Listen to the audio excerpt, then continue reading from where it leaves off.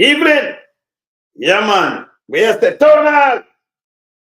You may have the Titans now, you know. You have the tonal and so we can't start that when I make it, you know. Welcome to the Titans. We don't know where it's staying up tonight. I worries. When I say I worries, we're going to start from early, yeah? We're going to start from early. Yeah, I have a new, you don't know, my new thing when I just see it for the tonal. It's a mad some people, you know, and everybody else they want some plate back now, plate back. They want the next one for the Titans, so I go do one more for the Titans. But you know the Titans are the Titans, see? All right, so here it is. Tonight I will because we stand in solidarity, you know, against the amount of cocaine we run in Jamaica by the big boys. No apology, you know. And we are called on the international body to go take them down now because we can't stand this. So make us start and go into this now. Make us start here.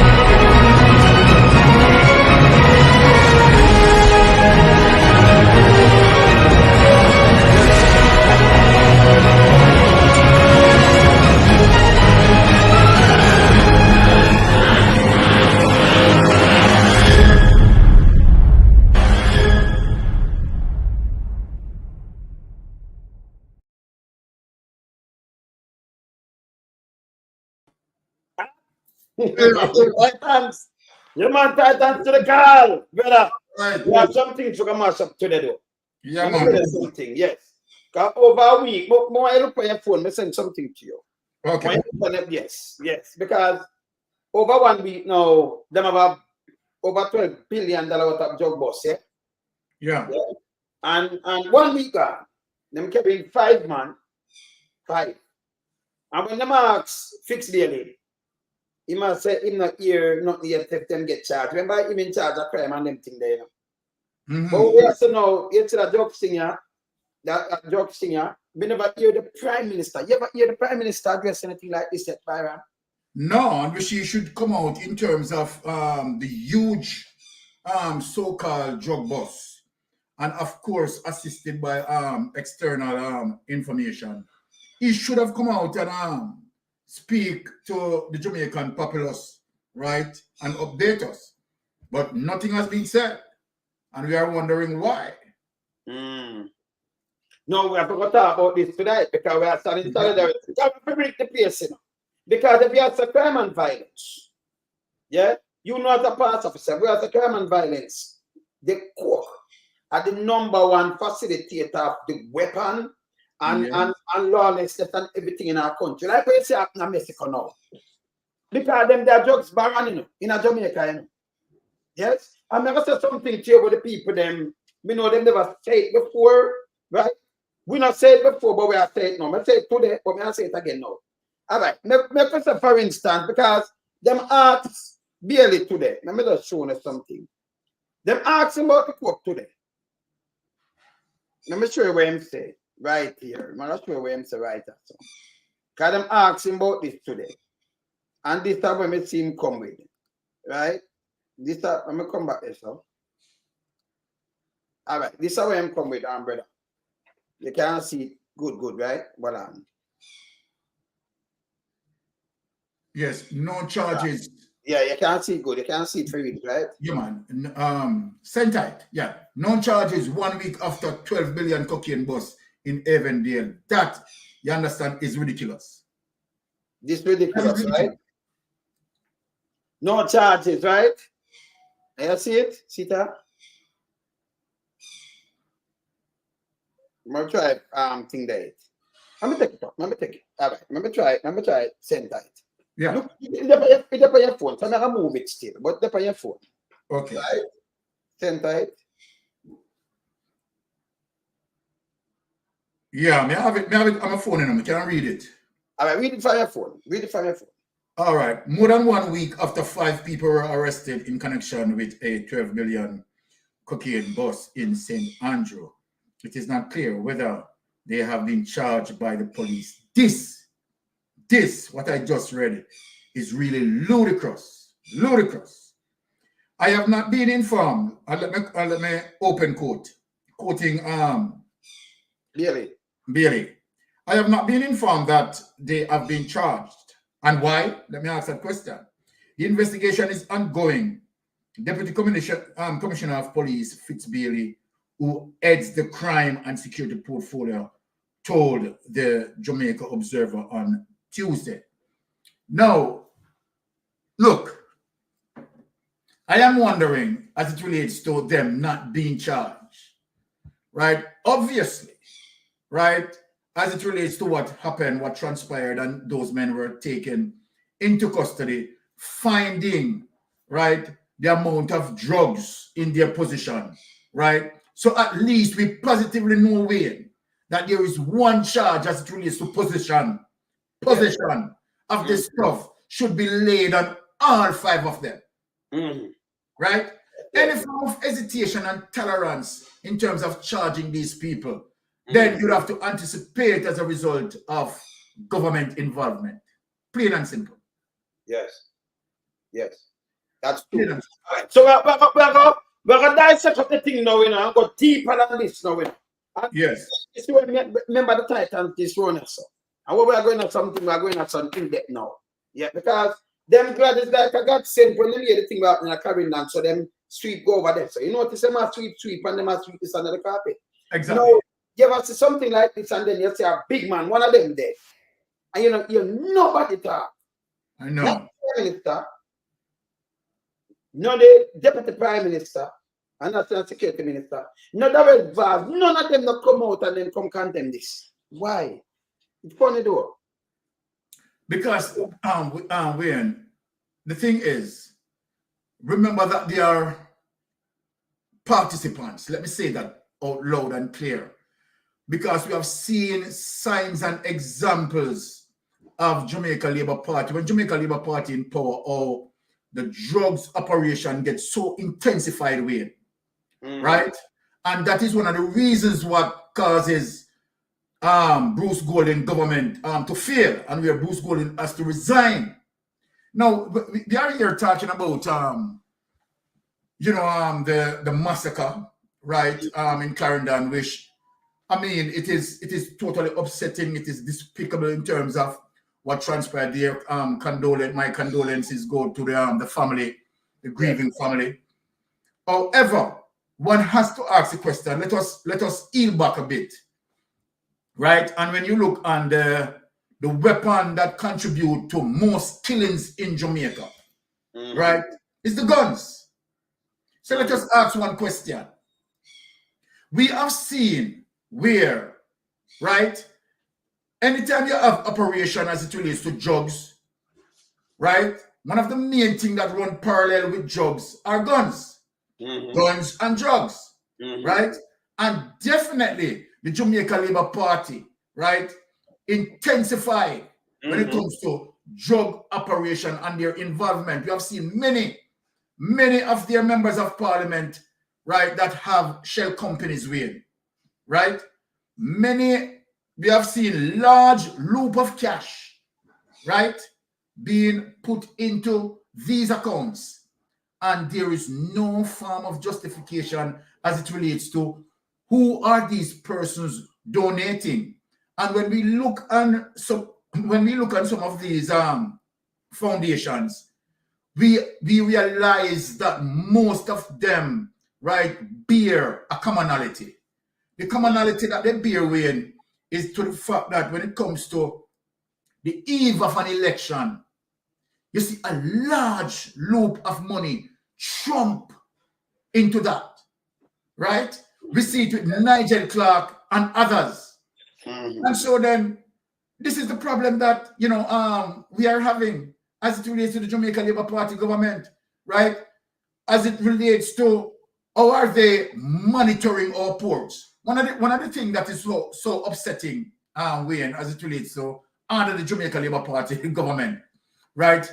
Now, if you look on just couple months back, they laid off, right, at the ports, right, the critical people who need to do the scanning. Those are people who need to scan and find the drugs, right, and the weapons coming in. Yes. And they, Jamaican Labour Party, it has never happened before under no other government to have a critical crew like that, right, and want to make them redundant. Why the reason? So people need to wake up as it relates to why the reason, right, to the fact that we have, guns, several guns coming through our ports. Our ports are porous.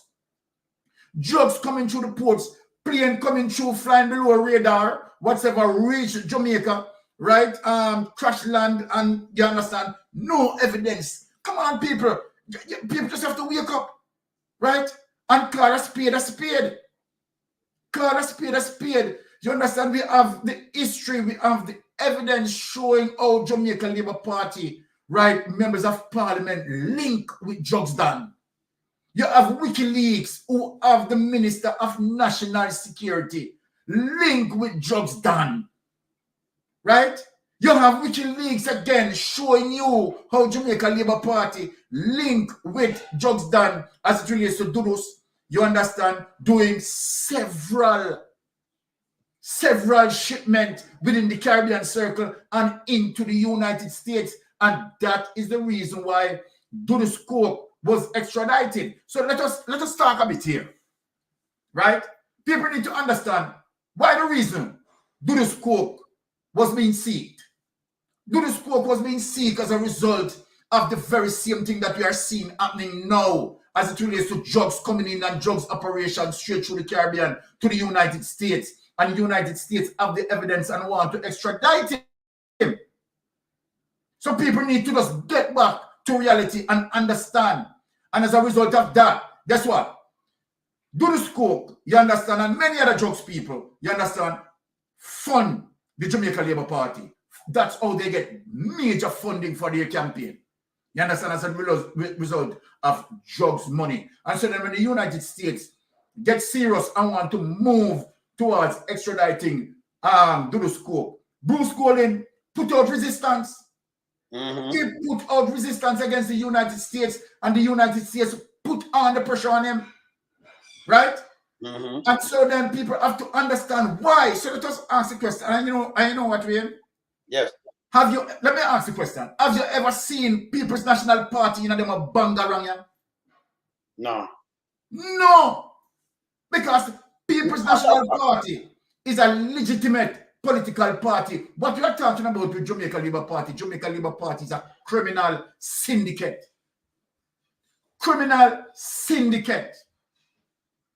And so then people have to have an understanding, right, of the history, right, and know the political history, right, and I have a problem when we have people who want to say that the People's National Party, right, and the Jamaican Labour Party are the same thing. They are absolutely not.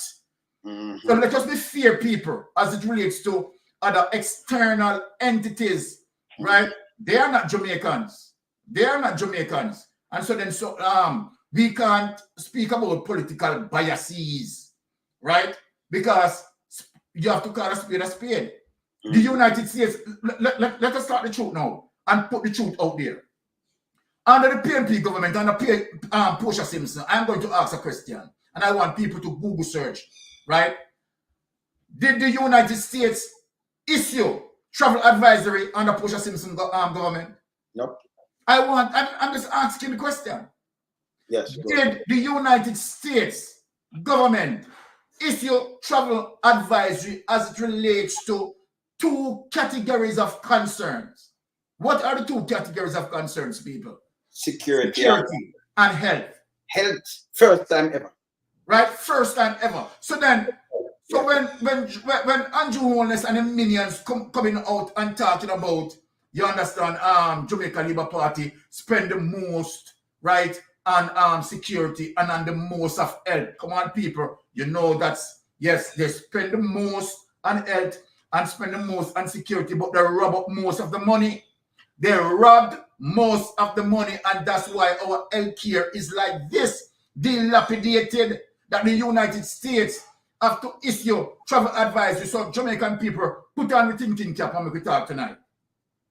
If, as it relates to Christopher Tufton, right, saying that everything is okay, everything is fine and dandy, right? The fact of the matter, United States of America is telling him that no, it's not fine and dandy. You understand? A travel advisor lift from 3 to level 4 is really concerning and extremely serious. Yes. What does a level 4 mean? A level 4 means that the United States is definitely advising, right, its citizens not to travel to Jamaica. So then when you look at this situation, right, it has never happened, you understand, as it relates to the People's National Party. It has never happened. Let me answer something. Let me show them something too. Yes. No mistake. So the People's National Party and the Jamaica Labour Party, no concerning with Dudus. Because we're the coke now. I hold the government accountable for this. Because the Prime Minister know billions of dollars of coke around the place. And by the way, that's showing Biden come out and lead the Jamaica. Exactly. It's not your right now. But that's what the people they be. And the Prime Minister now come out and do nothing about this. Nothing. Let me show you something. Don't ever say the PNP do this yet. Watch this. Watch this. The following is paid for by the People's National Party. Who paid $50,000 to help free Judas? The exact figure for the payment to the law firm was $49,912.62. Just tell us, Mr. Prime Minister, who paid the $50,000? I can't recall. It was party funding. Party funding. Not my word. Not my word. Not my word. Me not make up not one thing when I do put up on the run here for the Titans this. Party funding. So you ever see, you know, and them, that means say, you know, people who follow the PNP party, them do drugs. I mean, drugs. But me never see a government get up and go spend money. The Prime Minister themselves come out and say, can recall and hire lawyer for them in a managed fells and for them. Me never see that happen yet. And then you have other minister come out and say the whole party. Remember, you have the government, you know. I do what? I spend money with management and finish to go let go. That you can't be a government. That is not a legit government. It's government. Embarrassing. Yes. Yes, right? Yes. It's embarrassing, man. You ever see anything like this happen at the history of Jamaica before? The PMP have some money to go let the Prime Minister get involved and I pay money for let go people like this. And a matter of fact, I pay money and in attacking with government to government. To let go people where them want, where US want to say, yeah, them are so in an interest and them lead a criminal organization and then you go do a thing like that. You ever say anything like this before? But Wayne, let us back up as it relates to even Dudu's situation. And let us speak about Dudu's father himself, Jim Brown. Right? And I want many people to know that Jim Brown was killed for his silence. That is the primary reason why Jim Brown was killed, for his silence. Yeah. Because Jim Brown go against the extradition and decided what caused Jim Brown death is because Jim Brown decided that, okay, if he's going to be extradited, he's going to speak up. He is going to speak up. So Jamaica, we need to wake up, right? Mm-hmm. And as a result of him saying that he's going to speak up, right? He was burned to death in his cell, burned to death in his cell to cover the nastiness, you understand, that cloud the Jamaica Labour Party, you understand, forever since their inception. The Jamaica Labour Party, right, designed under capitalism, you understand, to create mayhem and catastrophe, right, amongst the Jamaican people. Don't you be about that. We have seen the crookedness of Edward Seaga. And let me just remind the people. Now, people, let me tell you something. What we have seen in terms of certain deflection, and let me warn people. Jamaica Labour Party is now going back to their old playbook. Their old playbook. What they have done in the 1980s. Because Andrew Holness knows very well that he had lost, he's going to lose the election.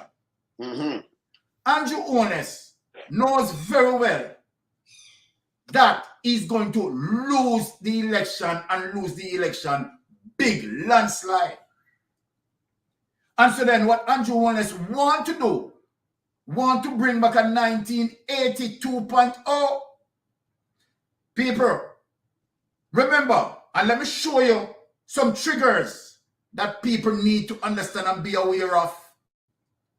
One of the first triggers that I am investigating, and I want to remind people, right? 320 pipe bombs were discovered. Where were they discovered? Yes. Where 320 pipe bombs were discovered. Yes. Bless up Aromatic. Up. Right, Lord. No, me see Aromatic. Manners. Wagwan Byron. Wagwan Lonesome. Yeah, man. You have the 45 court. Yeah, man, the 45, they are shine and glistening, you know? All right. All right. Well, I hit some beat tonight. Yes. Now, Yeah. bless myself, my brethren, Aaron. Mad Lord. So let me just get into some history. You understand? And when we are speaking, you know, you understand? We are confident. When we are lonesome, when are aromatic, when are mystic sensation speaking. You understand? When a light speaking, when a Kamala speaking. You understand? We are confident because we know our history. We are manlyites. You understand? We educated higher level in our history. So let me deals with certain situation. Now we are talking about the level of wickedness and the evil, the dark evil, 100% pure evil as it relates to the Jamaican Labour Party. Who remember the Eventide home? Come on, people. I am taking you through the history.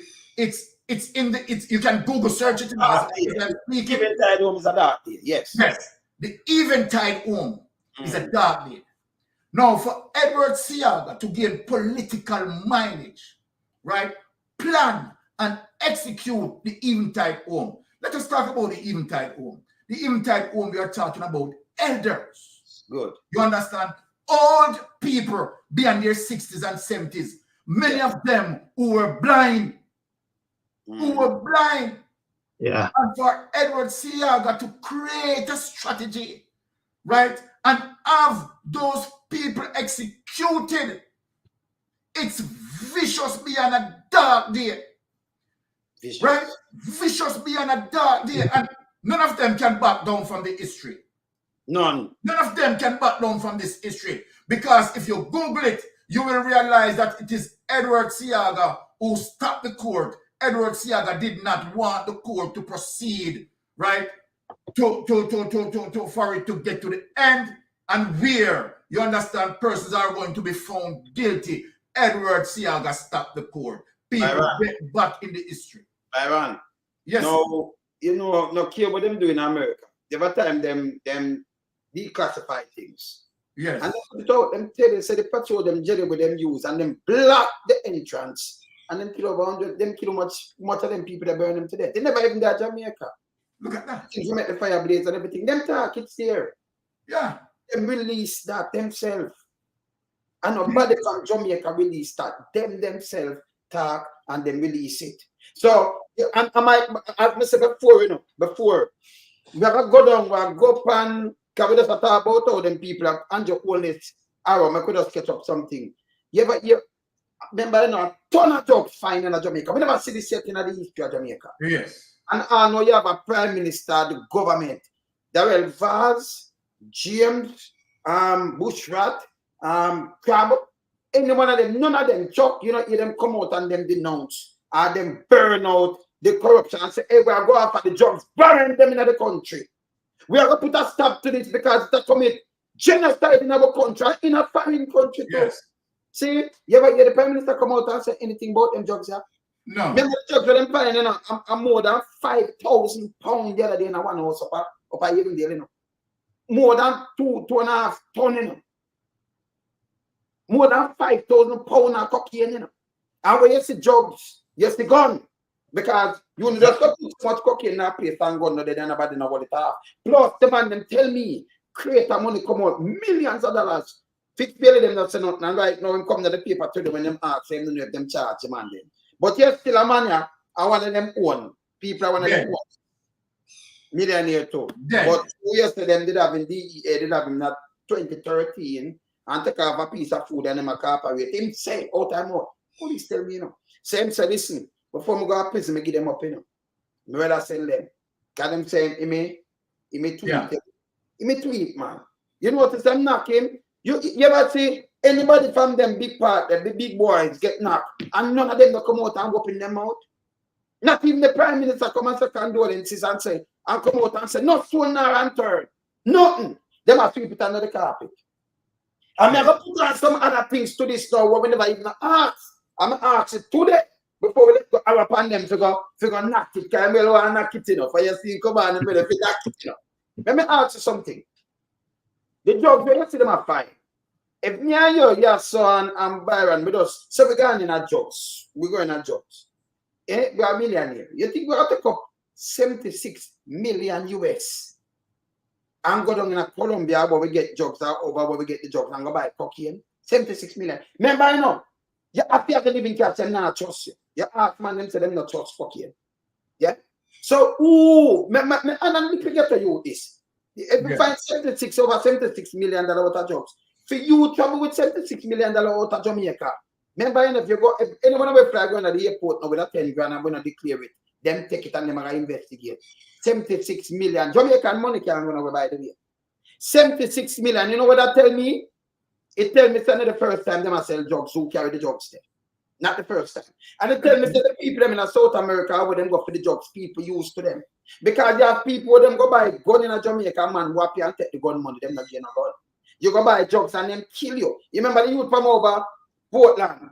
He must have find a key or two and him go set it and them friends set him up.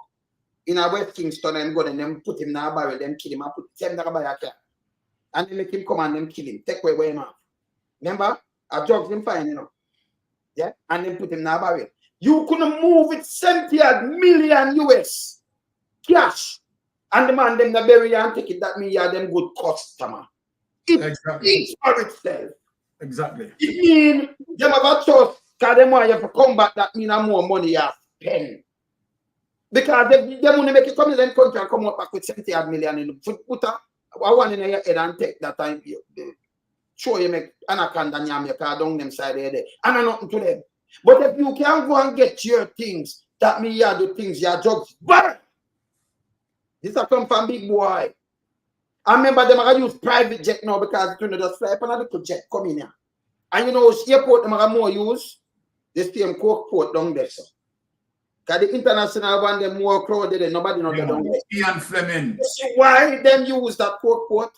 Because them have some regional flight all over the place, you know, private jet, you know. See? And no police and they stop them, you know. See? And then if you move it from airport for now, you can use a little constable where you have some suit boy no one them stop you. It gone. So you can use the biggest set of police them when them see them man full up. Remember 2.5 ton of coke, you know. 5,000 what think about 5,000 pounds of flour. One bag of like 100 pounds. Think about 5,000 pounds of flour. All right, you see what you have to move? They have moved this amount of coke. You know, it's a big heavy man around your thing. You can move it and pack it up. I remember them a customer. They never come in at this. If you have one money arrow, you don't spend so much money on coke. And they say no. And by the way, when you sell, when you buy it, you know you have buyer already. Yeah, man. You have to buyer. Because you're not going to tie up your money so much US and you don't have no by your feet. In a trouble. You know, say that a trouble. I me just break them whole thing for you, Byron. Yeah. You never do quote long time. Byron, you'd have one money and go spend 80 million US. You go buy a quote, nobody no kill you, nobody no hurt you. And then when you look at reach, and it just pile up on you, you never get money go do. Them have them customer them already, man. Eh? Them have them customer they wait pan them thing, man. That's 2 million. You take off one, you just put up one more. Yeah. Take off one and go, yeah, coming back. So what me I say? So they must have them customer already and them they are barren brother. Me not ask them. Have to. You couldn't just go get up and you live clean. And you buy so much coca come to the country. You see me I say? No, sir. That a big risk. That a big risk for just to go do something for the first and they go so hard. Who you don't know if you go leave? Yeah. Who you don't know if you go leave? It is right. Who you don't know if you leave? Them can't tell me nothing, you know. People from within the PSOJ, the big boys, and members and big police doing this in Jamaica. You understand? So show you. So it's impossible for you to get up. You just get up and you have your money. Why you not going up? You don't know. Remember, you don't know nobody to say nothing, you know. Wait, you just make a money if you win lot and just take it, go buy some coke. You don't know where you go. Them that walk and take your money. And then for the money, you have to walk with cash. You couldn't walk with cash. The thing about it, if you go buy a half key, it is different.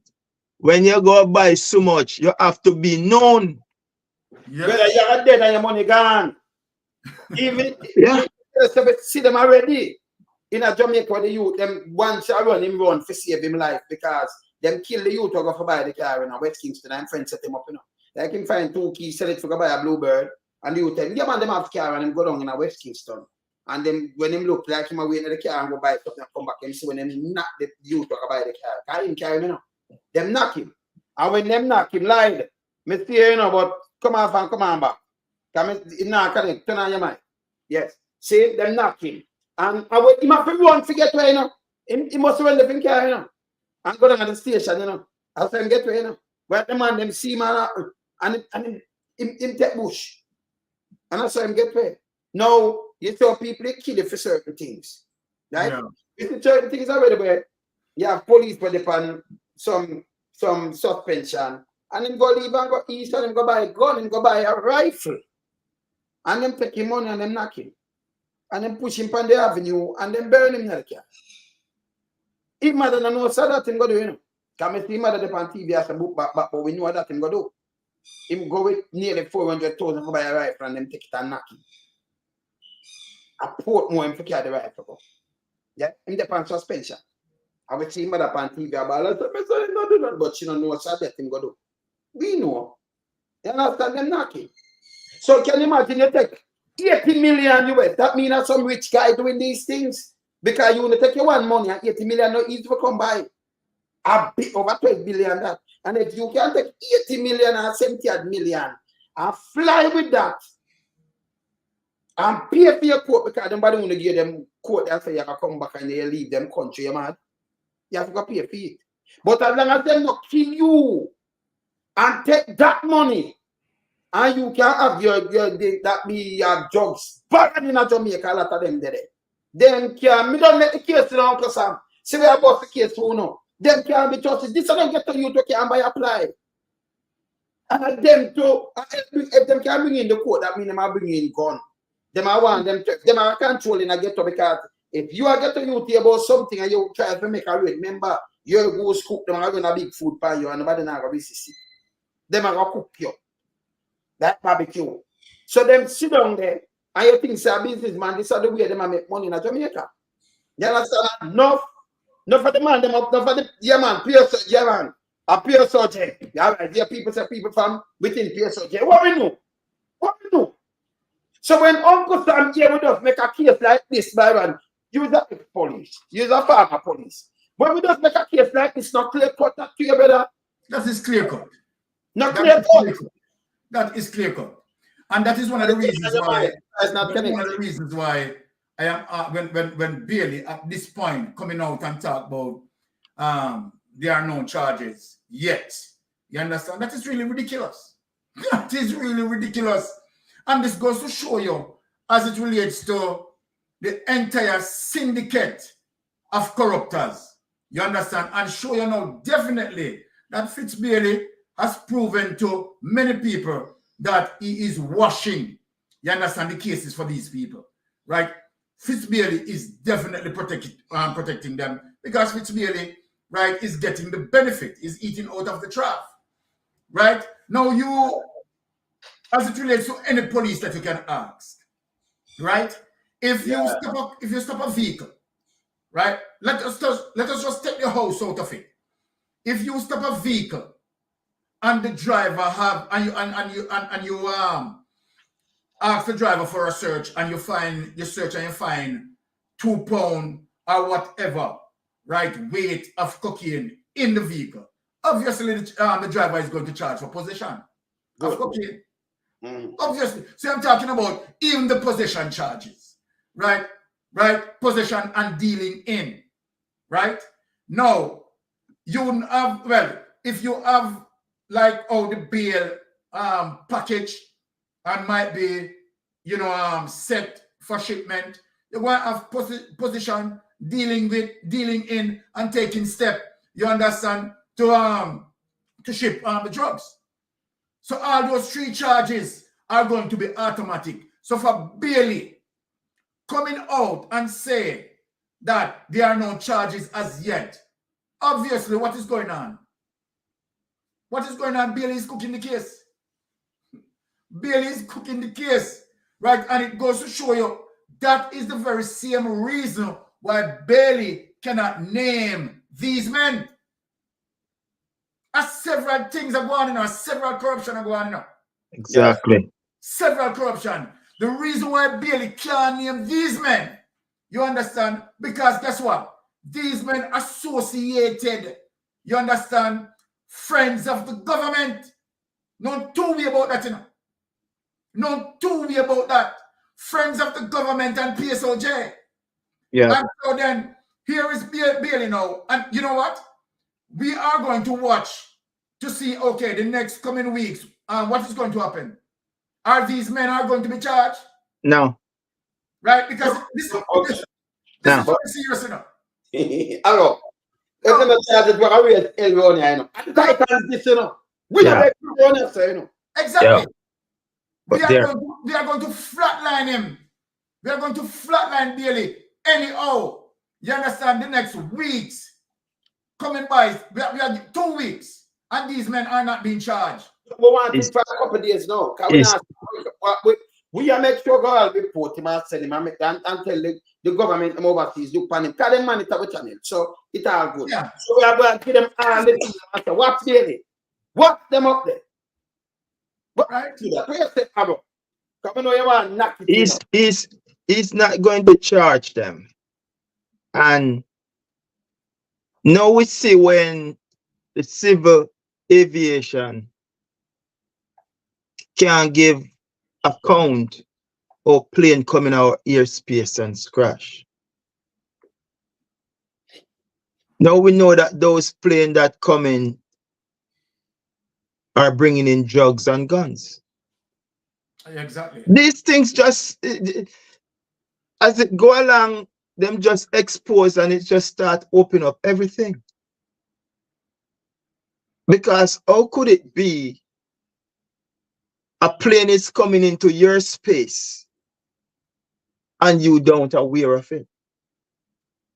That's danger to everybody in the air, people on the ground. So the people them up there in the aviation would know exactly, tell who where to land, where to crash land, XYZ. So everybody is working with the government because everybody is getting their piece of pie. Let me just straighten your argument around. Sorry, I'm not cutting your argument, but let Yo, me go ahead. Right? You think any poor people can convince the airport authority, the aviation authority, you understand, to side with them poor people. A big business this. Brother. It's a big business. Huge. Huge. Yeah, we're link it and give back arrow. But hear this now. Yes. When you are coming to the airport, if you can convince them with your little luggage, when them pull up and want to charge, you can convince them this. And there's some name with them say and this and that. Because they want to put some charge by your barrel. You can convince them with it. Because they want to put some big charge by you. Or you can convince them with them kind of money. 76 million US. That I remember, by the way, before you touch a row, remember said it can't touch the SWIFT system, you know. Because I don't know. So them carry the raw cash and it make the money at the value so much because dirty thinking people from within the PSOJ, some members from not members from the ruling government, and you have enough of the big police boy. Remember, I can't do the you there. For them to get kicked away. If you move how much ton of coke, it have to well protected, brother. And it will watch. I mean, I tell you, say, you can't go sit and go buy your coke. Them man that wap you and take a USA come with. For you come with, I want to see what you know what I'm gonna do. I want to put up what 76 million US look like. So I can go to that and put it up. Now I spend the kind of money when they move it. If you fly now with over 10,000, you know, they clear it, they might take it. And you have to go show them people where you try it. I think if they might see it at Jamaica. Anyway, can you imagine? Man, I have $1 million US, you know. Me have 76 million. Me have talk about 12 billion Jamaica. Billion with a B. And you can't carry Jamaican money. Because remember, I just had to dirty paper when I have no use. Past the airport. You have to use the like some figure we make something else. So they might carry the US. And instead of them from within the PSOJ, build factories and make we do some things and export. See what they might do? They might commit genocide in our country and other people's country. I want to show you something. Yeah, I will take back this, but let me just show you something else. So. Because I have to beat it to the pandemic because they're dangerous. Oh, yeah. Statistic. Let me dry it up. Are we here? Dry it up. You see what's that? Yes. It should be a go. That we here? How much that? 27,000? Yeah, 27,569. Okay. So that's the amount of people dead in 2022 overdose, drugs overdose. See that drugs overdose, cocaine overdose. And it gone over 30,000. See that cocaine overdose. See? It gone over 30,000. That per year. Just America alone. So enough of them are dead in Jamaica too. Nobody know. You know, them people are commit genocide. Them big boy, and then call they get to you, them are criminal. You know, can't no get to you criminal run. I mean, no buy that. When I walk a kill out the you, you lie up now. When I kill out the you, them we don't know that we don't know. None at all. That's Let's go, brother. Mad. Yeah, Arrow. Take it on now. Take it on, Arrow. Yeah.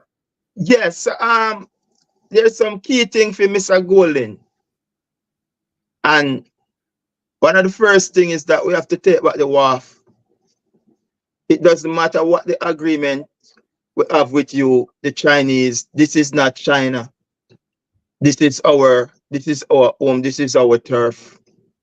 And we must know what is coming into Jamaica, and we must know what is exiting Jamaica. So that's one thing first.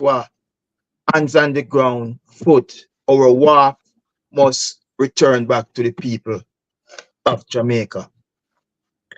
In all that is going on, I want to ask you, my fellow panel brothers, where is the commissioner of police? Very good question. But where is the commissioner of police?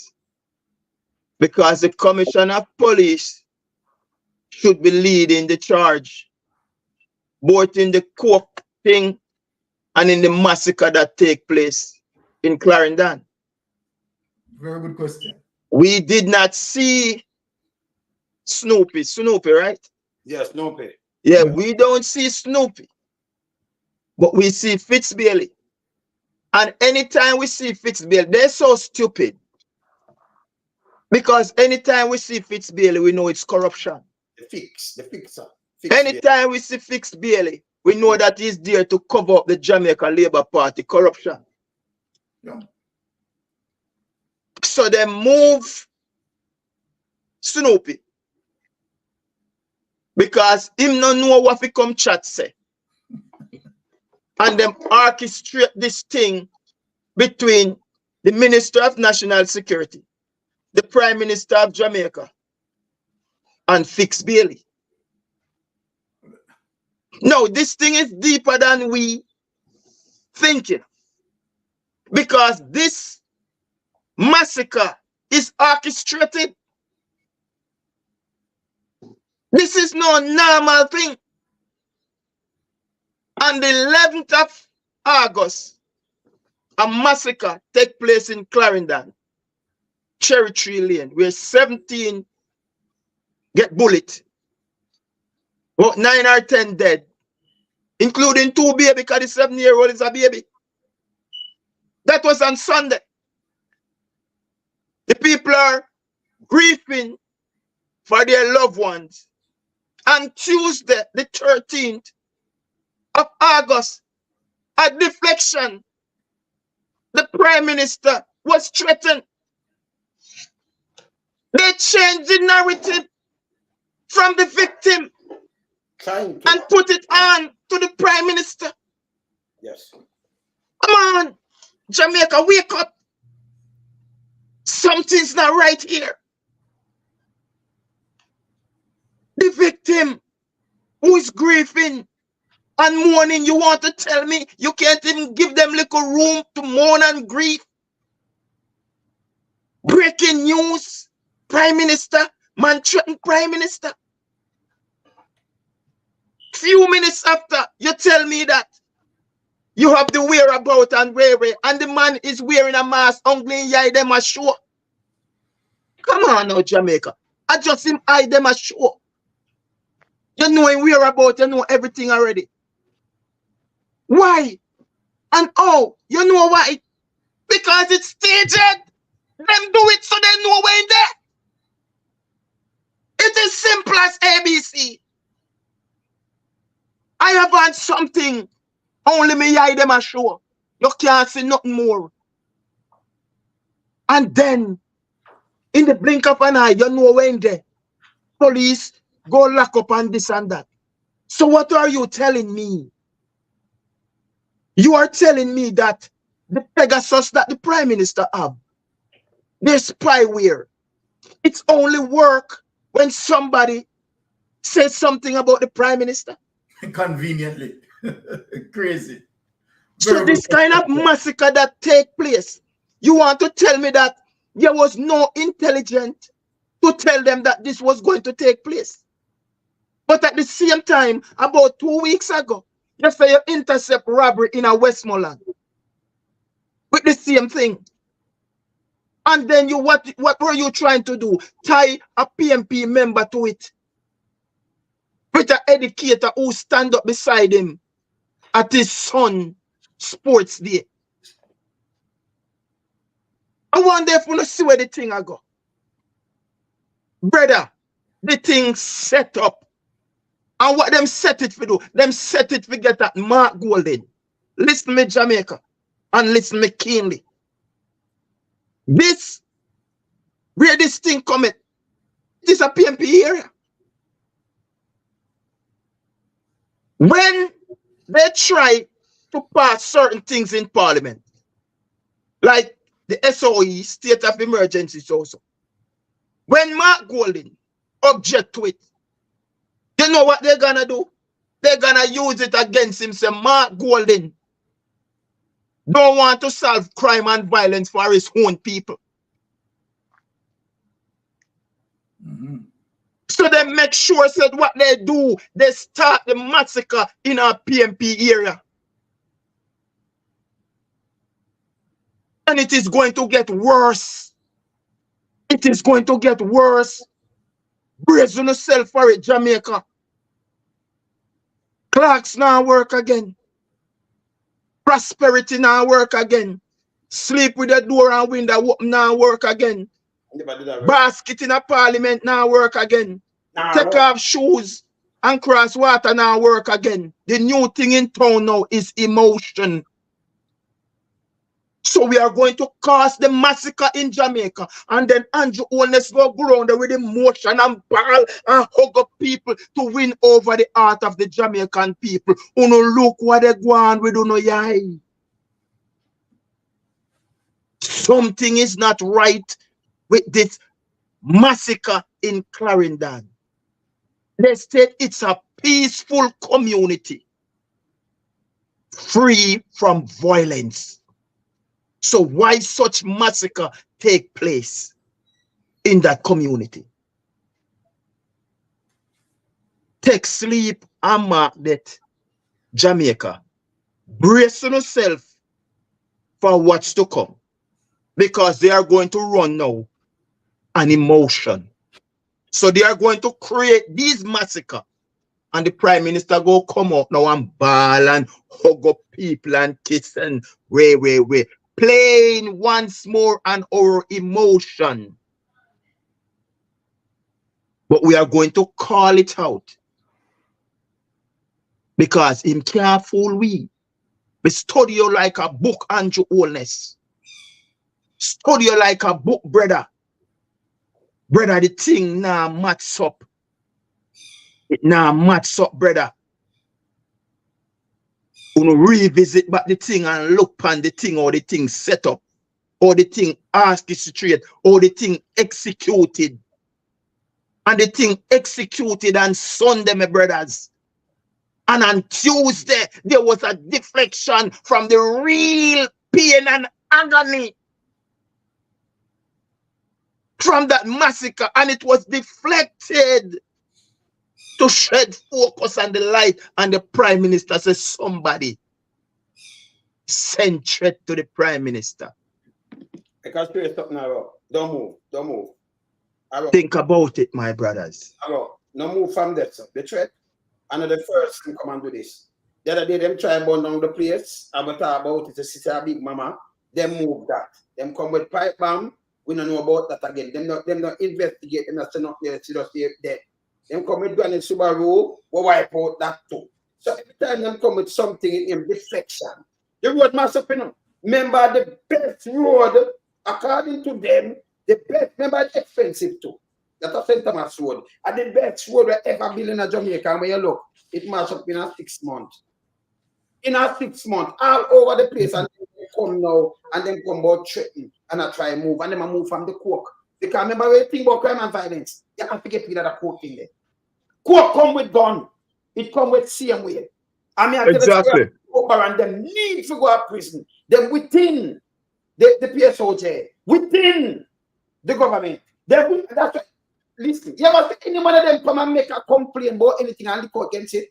We want to hear the Prime Minister, 2015. We want to hear the Prime Minister come out and say, listen, we're going to do a task force. We're going to come everybody. This bag of coke we're finding in our place not going to tolerate it. No more. How can I make sure lock up? I could have a parliament member. Them have got prison. I'm going to hear the police come out and condemn it same way. I know we're not even saying it, you know. But you condemn somebody can get to you. They think we're either to pan this. Like they, we're going to pan the out, but more you look on this. You see this? You see it? Same time look at see. All right. Yeah. Biden named Jamaica among 5 Caribbean drug transit or producing nation. Okay. So this alone show you how Jamaica going hard. But we not get the Prime Minister come and knock against not like this now. And silent mean consent, brother. Silent yeah, mean man. consent. And we now go ease up. We now go ease up 6 billion for that one because I pay them thing and I'm going away. Yeah. Yesterday, and you have to take over right away in a lie, but yesterday, them have a press briefing and they make Tumblebox say, you know, on questions you can answer about the massacre. Not a place when we done, but lady, take the floor. Yes. You know, I just want to highlight some critical era in Jamaica as it relates to crime and contraband and the powers that being silent. Now, if you're a farmer, you know, and pretty last and come in for you and take away your cow or your goat, you know, you're going to make noise because you've been hurted. So, if something like the amount of drugs we are run through Jamaica, the Prime Minister, the Minister of National Security, the Commissioner of Police, and the acting Commissioner of Police, we don't hear nothing from them. They tell you say them not suffer, them again. Them not lose nothing, them again. Cause them not ball out, you know. With the irregularity and the amount of coke we are coming at Jamaica, we are surface through with society. We are wreak havoc on the society because members of coke, you know, is a contributor to crime. Like the type of crime we see in a Cherry Lane. So when you have the people them who supposed to come out and make sure no say the citizens them in the country safe, and the two main person is the Prime Minister and the Minister of National Security, and them silent, then you know where I go on. They are right up to it, to them neck, them inner this thing. So we know after the done on this poll recently, you know, and the percentage gap will open up, you know. Me did anticipate these type of things I go start within the last 12 months leading up to the general election coming up. So the massacre is a platform. The coke finding is also another platform of the corruption. We are going to start wreak havoc on Jamaica. And we are asking the Prime Minister, the best thing for you to do is to resign the post right now as we speak, because I mean, as a Prime Minister, you don't show any leadership quality. You don't show that you have the people interest at heart and the country interest at heart as well for the international global community. Jamaica has been branded and rebranded as one of the largest transshipment for cocaine in the Caribbean hemisphere. And it is no secret, because I hear my fellow panelists, you know, touch a very key point, you know. We need back the wharf at all costs. The wharf cannot be in the hands of a foreign nation regime or run the wharf. That is ludicrous to say the least. You know? Because we see the wharf as the transshipment port for a lot of things coming into Jamaica. It's the main source of importation into the island. And we had our wharf for many years, and it was in the hands of the Jamaican government.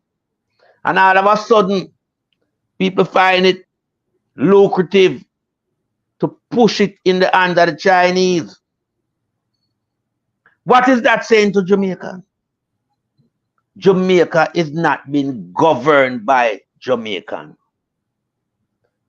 So with all the high increase, we want to give on ourselves, we're not working. We are seeing a high level of organized crime in Jamaica that surpass the little ghetto youth. Them can't run them type of ring here. $1 billion cocaine. High shipment of gun and ammunition. I remember, you know, we don't have all of these things are fuel the crime in the country. Because no ordinary man can have the amount of bullet, him not no importation license for it. Number two, him not no license for firearm. Say my got the relevant authority and him can purchase bullet. So what we see going on in Jamaica is a colossus of height of criminality and corruption. And it have the stakeholders, them, the big players, government official, PSOJ, and top-ranking policemen, corrupted ones. They are the stakeholders. They are playing this game because they are the ones that benefiting. So we have to make sure, no, so right now we come hold this government accountable, you know. This government, Andrew Holness-led government, have to be held accountable for the shooting in a Cherry Lane over the weekend and the amount of drugs we are coming in the country and the silence we wanna play, the silent code. That not gonna work around here. Cause now try to release the man them. Yeah. So nobody not go to prison. Because people name who in a high ranking authority would have get exposed. So Fitzbailey have to come out now, you know, and talk what you know, because the silent you know run too long. It's more than a week. Them man the name should have out there for everybody knows who is who. And it not need no more investigation. You old people will think you charge them for it. Because you're not going to use no extended time period, you know. As it would have relate to, like you wait for some identification parade go on. You know where you hold the man them with. So you know, so you have to charge them and release them name. And you can conduct the investigation further on and we get the bigger stakeholder them behind it. Because I know them little man want to find on the ends, you know. Them man, they are just security for the product. The bigger people them, who don't know them, push them out. We say we're a high profile killing go on, we don't hear nothing from you over the weekend. Wow, you silent on that? Oh, you silent on that? We know that's the silent. We want some answers now because Jamaica really in a bad state right now, you know. Jamaica in a real bad state. It look like it's in a state of disrepair at the moment. And who are the contributors? The government, the PSOJ, and the corrupted policemen. Because as I will re-emphasize, the ghetto youth them can't be the high stake player and where we see a go on. It's bigger than them. So at time you come out and do the right thing, Prime Minister. You need to resign as early as Monday week. You have to resign now, man. You're going too bad. You have showed some little scenario to deflect the real matters at hand. Nobody now send a death threat to you. That is a hoax. Nobody in a Jamaica now send a death threat to you, knowing the consequence where they have to face up. Because man just tell you a little thing in a pandemic and you send FEMA all him from underneath in bed. And we see you do it to that whole heap more, you know, ordinary citizen. So why a man gonna put him life on the line with death threat? Because kill you will get rid of him, you know. Nobody now do that. So don't try and deflect from the real matters at hand. The massacre in a Clarendon, big man them know about it. Because they only decide to start the feud leading up to the next general election. We know when they're going to start it, you know.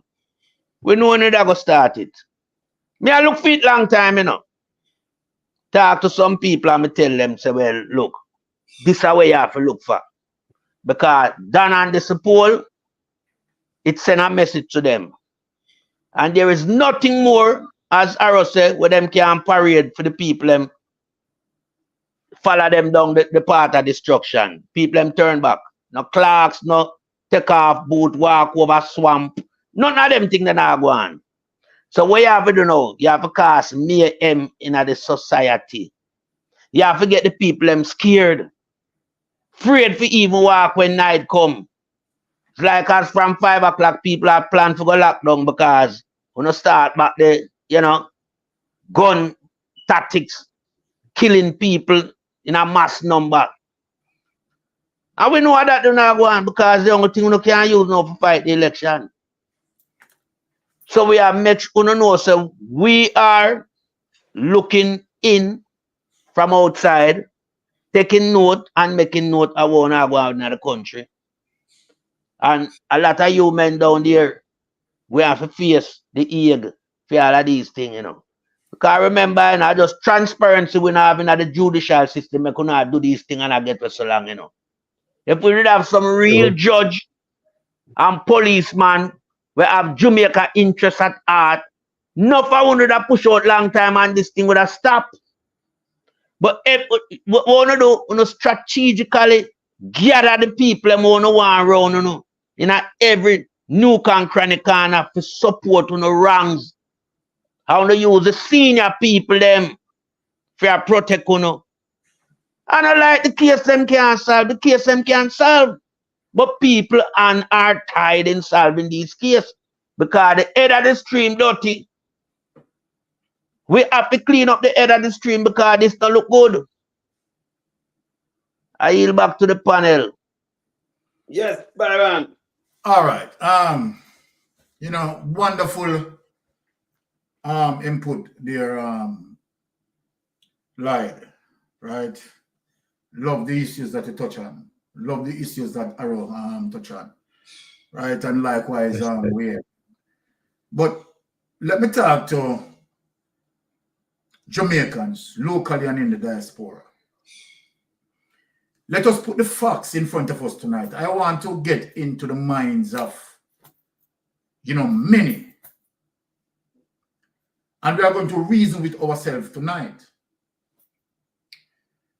Now, one of the first questions that I want to ask, as it relates to what we call the politics of a true democracy, right? Where you have the rails of justice work. Now, let us ask, and for any persons who are listening to me, we don't want anyone to be partisan. We want people to come with their real thinking, their rational reasoning, their deductive analogy in terms of what I'm going to ask tonight. Now, firstly, when we look on our so-called Jamaica being a democratic country, one would expect that the rules of laws would have worked and the Constitution would be respected because the Constitution is the superior law of the land. Let us have that. I am asking the question tonight. For real thinkers,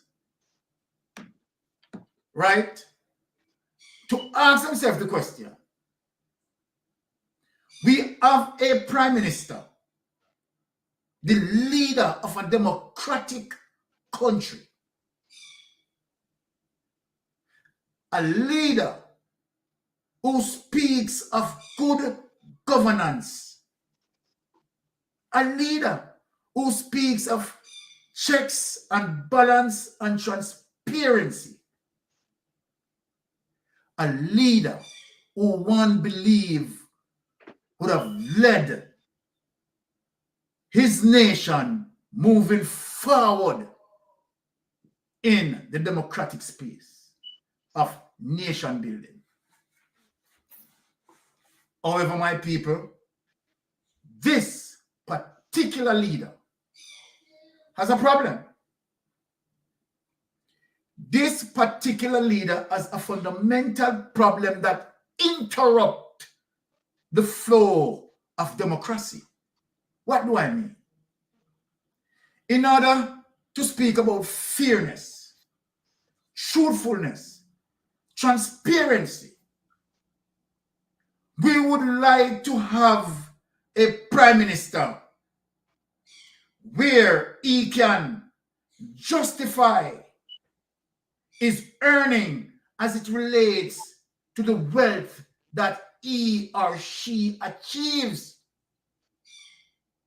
And so then, when we see our prime minister who have a fundamental problem that interrupt the flow of democracy, interrupt the flow of justice, the prime minister statutory declaration for 2021, 2022, 2023 cannot be certified, and the institutions in Jamaica who supposed to hold the prime minister accountable, the POCJ,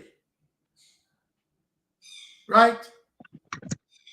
The criminal justice system as it relates to the investigation and prosecutorial arm of the criminal justice system. Let me ask PSOJ, if it was Mark Golding, nowhere as we speak in the Caribbean today, my people who are listening tonight, nowhere in the Caribbean where you have any prime minister in the Caribbean, the entire Caribbean basin, that struggle in terms of not having his or her statutory declaration cannot be certified going 3 consecutive years. You are going to tell me that PSOJ, the private sector of Jamaica, doesn't have a problem with this? Let me ask people. The prime minister bold enough to rub it in our face.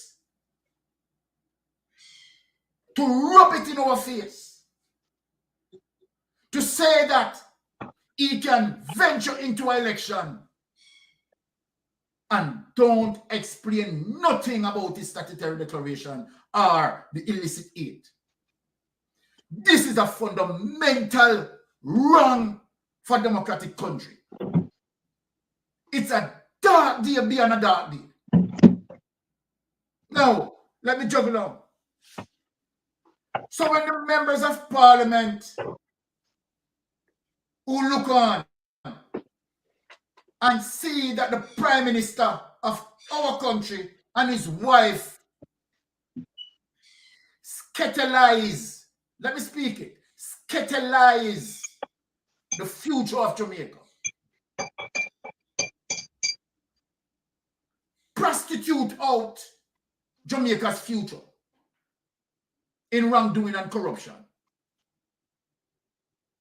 Andrew Wallace and Juliet Wallace scandalize and prostitute out the future of Jamaican people with their level of corruption. And PSOJ, the umbrella group of church, is in dead silent. So let me ask a question. If it was Mark Golding, in that position, what would have happened?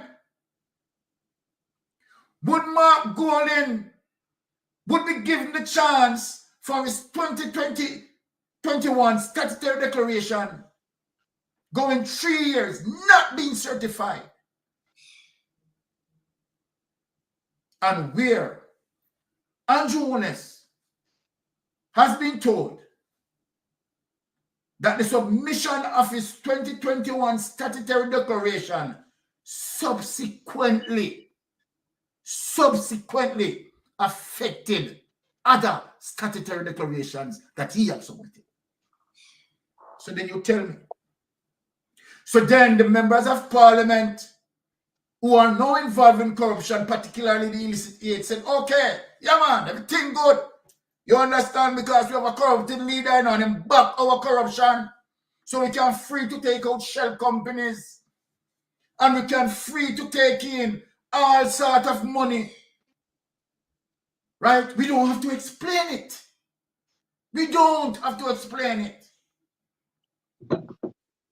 Right? Let me ask Jamaica something, as if the world doesn't know, right? Now, when you look at SSL, and see what happened to SSL, and you listen to the original fixer, because Fitz Bailey is not the real fixer.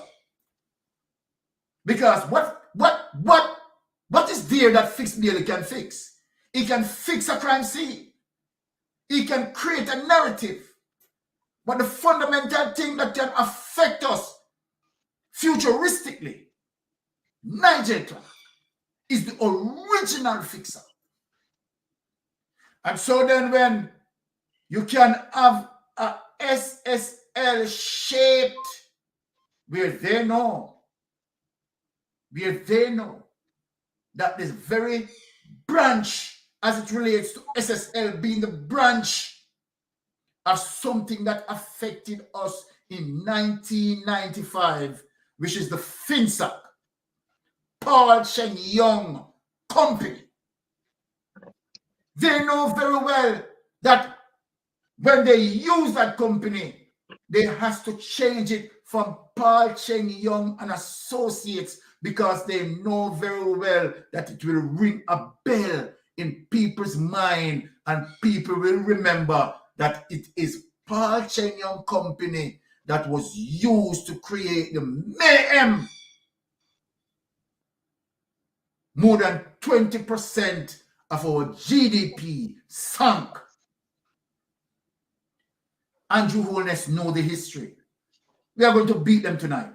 Andrew Holness know the history as it relates to Paul Cheng Young and Associates, that Andrew Holness joined in 2008 and have it transform into SSL. People go and do the research.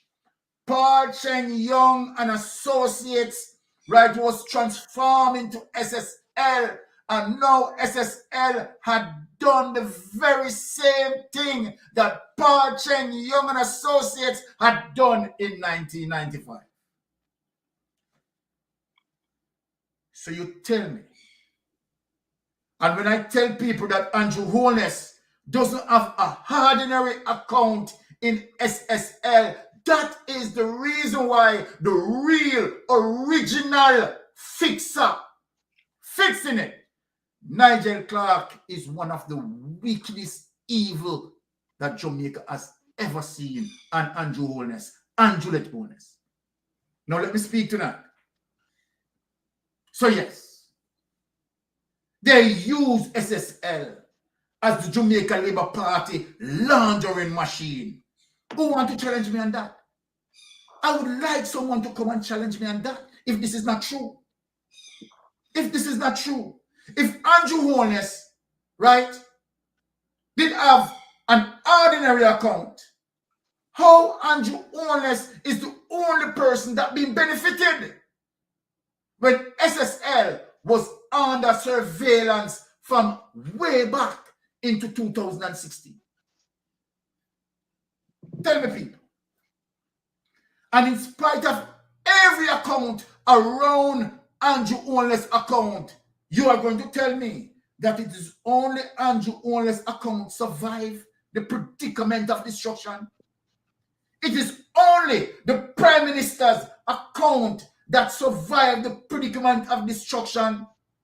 The Prime Minister account did not need to survive, because the Prime Minister, Andrew Holness, is a shareholder of SSL. People, listen to what I'm saying. Let me preach it tonight. Andrew Holness. And for the very first question that I'm asking, that Andrew Holness need to come out and be truthful to the Jamaican people. How much money did you put into SSL? And that truth need to be established. Because you know why, people? They cannot speak and will not able to speak and tell us how much money that he put in. Because what Andrew Holness so-called put in, he get much more out of SSL. The viciousness as it relates to you looking at an icon who lift up Jamaica, put Jamaica on the map in track and field, and you have no heart, no sympathy, no heart, no sympathy. Nigel Clark, Andrew Holness, and you Craskery, mash up the man money. Mash up the man money. And yet, the black man that you suffer like that, and other people that you suffer like that, you have the audacity, want to vote from them, to give you a third term. Hey, let me tell you something, Andrew Holness. Your judgment, right, is going to get deeper than the bottom of the sea, the bottomless pit. The level of your wickedness cannot be measured by no means of any measurement. It cannot be measured. You are the ultimate wicked. SSL created by the Jamaica Labour Party. And that is the reason why Craskery cannot be questioned. So then you tell me, even when Gene and Panton said, look, let me come clean. What I said, that I did it all. No, it wasn't me. I was coerced by you, Craskery. Having that evidence, what did you do? You lock it down. Fitzbailey, you lock it down.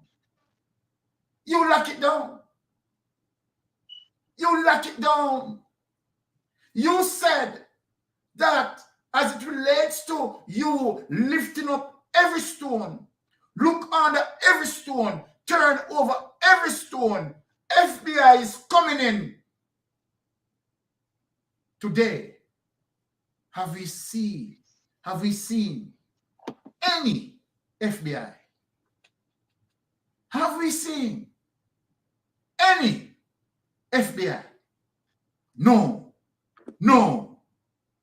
And now, Nigel Clark is coming out as if, okay, he's going to stop SSL from winding down.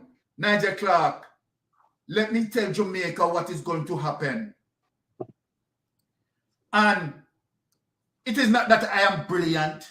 No, it is not that I am brilliant. But it is that your corruption is so plain. That I know that before the election call, SSL is going to wind down. Yes, Nigel Clark, you know and I know. You know and I know. Right? So your pretension, your pretext, right? Your pretension and your pretext acting as if you are protecting and you are defending is a bullshit. You're a garbage. So let me say this to you. While you're at it with your dark level of evil, we are asking the Jamaican people, right, not only to listen to me, not only to listen to Aromatic, not only to listen to Wayne, not only to listen to people, hear us. Go on Google and search the information. When you see the Jamaica Labour Party vloggers on social media speaking and talking, all you need to do, right, go on your phone, go on Google, and you say this, let us look. If you notice, they cannot do like what a Wayne Lonesome is doing. They cannot do like what an Aromatic is doing. They cannot do like what a Light is doing. They cannot do like what a Mystic Sensation is doing, because why? They have no evidence to support their lie. They have no evidence to support their lie. the Prime Minister, to show you that his level of wickedness and evil doesn't stop there. He look on the Jamaican people, look on our economy, and give himself 200 and 300% raise because he just believe that his wickedness need to execute to the highest volume. 200 and 300% on the economy that is struggling. An economy where its import is more than its export. And you look and see where other Caribbean countries' economy is more vibrant than us, but they did not take any substantial raise. Then you tell me, how do you justify Jamaica to compare with them, right? That we are not performing as they are performing, but yet we are paying as it relates to the level of strain and pressure and inflation on the Jamaican people back. Andrew Holness, you have no fucking heart in your stomach. No heart in your stomach. 200 and 300% raise. True. Inflation that is killing people. And you know what you said? You said, yes, they deserve the raise because they will have a better performance. Now let me ask you about this now, Andrew Holness. You said that to justify the 200 and 300% raise, right? It is going to lead to a better performance. Let me ask you, how crime is doing, Andrew Holness? How crime is doing as it relates to Horace Chang tenure?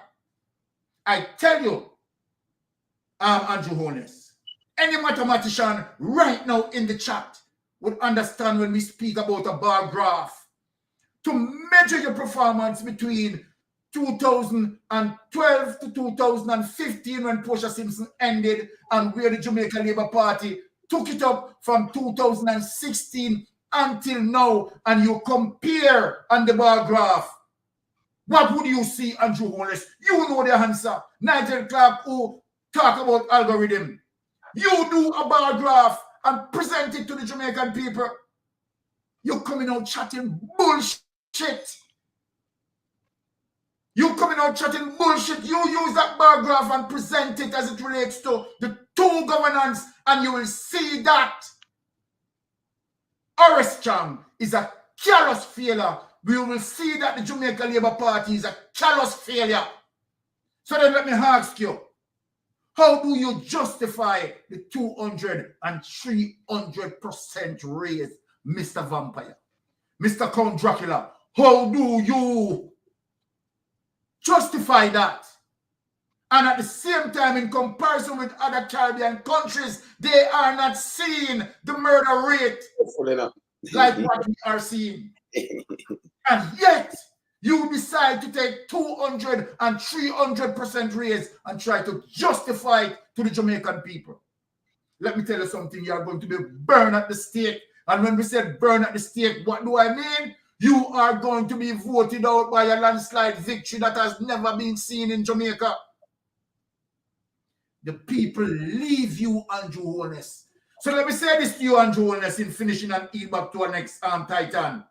The amount of drugs with your drug baron and your portion of PSOJ who involved in drug transshipment. The amount of money, if you have a sea of money, it cannot save you into this general election. The people left you. The love of the Jamaican people leave you alone because they know that you are dark evil. And I yield back to our next title. I must stop and give back to her right now because there is, hey, my people, let me tell you something. Our people, you see me the Titans. Remember, you know, yes, sir, run yourself. And the real hard knocker, them around yourself. Go on yourself. And by the way, December, around the 8th of December, when I say Titans and family. The Titans in Toronto, you know. The Titans, you know. The Titans. Yes, around the 8th. 8 around December somebody. Yes. The 30th, before we go mash up the place, the 30th, you know, say we're gonna keep film thing there. You have the march in New York. We know the whole not gonna go out there because you know endorsement to them. I'm gonna play something for you. Voila, watch. Concert. Here it Well is. thinking Jamaicans should raise their voice in concert.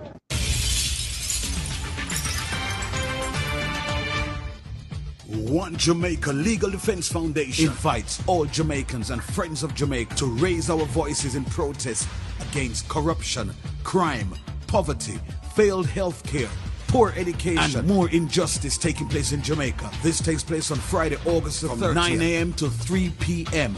And this takes place at the Jamaican Consulate at the corner of East 41st Street and 2nd Avenue in Manhattan, New York. Remember, all Jamaicans and all friends of Jamaica, come and raise your voices in protest against all injustices taking place in Jamaica. Let's all come out in support to make Jamaica a better place. All right, see there? I remember I was telling you, and well, the 31st, you know, so we are back to school treat in the place. You know, we have to do that, and then we have, you know, you have to come cruise with us, you know. The 8th of September, you know, so we always keep, we cruise there out on the lake. Yeah, man, we cruise out there, the best of music and everything, you know, people, them always there, you know. And then we have, the 80s, 90s, in November. But you see, the 8th, come on, the Earth Strong, and December, you know, so, you know. So for the first, so you know, shall keep this thing, but the 8th and the Titans and family. Live in living color. So you know what that go. Toronto not good again. You understand? We can put up that man, you can see the Titans. You know, we only have to win a play. So look out for that. Right? Alright, let me say something now. What I'm a JP, let me tell you this. Come me have a liar, sister does snap me up and some of my police brethren and I'll be things around this. Right? And catches bully. Man, I tell you, one of my police brethren just say, yeah, man, that is 3-year beat. You say, if we tell you, say, we know the law, yes. So if we tell you, catches bully, after my police brethren style, because them know you, and they know you catches bully. Same. So if we tell you, we know the law, the man, them with the cocaine to get charged. No joke about it. And you can't say, them not get charged because, no up there, you. Tell two senior man, two senior suits, they must release the name, not even at the book. The name they can't look for the name them, you know. But true, we know the one we get deep because we know people know him. And we know him get deep and we know them call him trees. The one will come from downtown, there, the barber. Yeah, me have people know him too, man. See? And then the police for your own know about him too, man. See? And we are waiting for the two names, so we are draw them out. And we know who them connect to, because them connect to member of parliament, well, minister. And big boys. So yeah, try to cover up on this way you do all the time. See? Let me do the next one down. So this will come from inside too. See? We are moving the president commissioner that I Google too. So them want to move him and put the man from up a camp. Yeah? Yeah. Because the man name, I can draw back him name again. You remember the one where in the key car killing, I even want to put you know, commissioner, can go to what list. And by the way, Andrew, when a commissioner I leave, even if sick or something, him the nation knows, say, man, you know, the man do acting commissioner and just disappear like that. Because after they don't have sense, you know. Him just disappear, no man has done nothing. Same like when Andrew a travel and thing, you know, them break all the one of them kind of little thing in our way. Them just get up and travel and nobody knows them. It's wrong. It's wrong. Mr. Malaya sister just write me too, you know. Mr. McCann see what she just sent to me. Because everybody write one time, you know. You see it out long. Yeah, man. Okay. I'm not going to read out this right now with it long, so we're soon going to run through that. So me I tell you no what going on here, so because we have to hold them accountable. I'm going to tell you again. The man them supposed to get charged. You know, supposed to, because I say a liar talk to observer. Because remember we are not them, you know.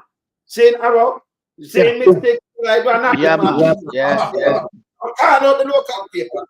And them come out now and ask them, by the way, before me even give that, let me play what Tumblerbug said in the speech yesterday. She said, you must ask her nothing about the who dead, you know. She said, what I'm out. She that. Yeah. Good morning, everyone. It is Wednesday, August 14, 2024, and today we're doing a special briefing to update Jamaica on the status of the investigations and actions being taken by the government in response to the crime that took place on Sunday, where we had 8 Jamaicans losing their lives senselessly in Cherry Lane in Four Paths, Clarendon. This morning, we have the Most Honourable Andrew Holness, the Prime Minister of Jamaica. We have the Honourable Dr. Horace Chang, the Deputy Prime Minister and Minister of National Security. People, so, yeah.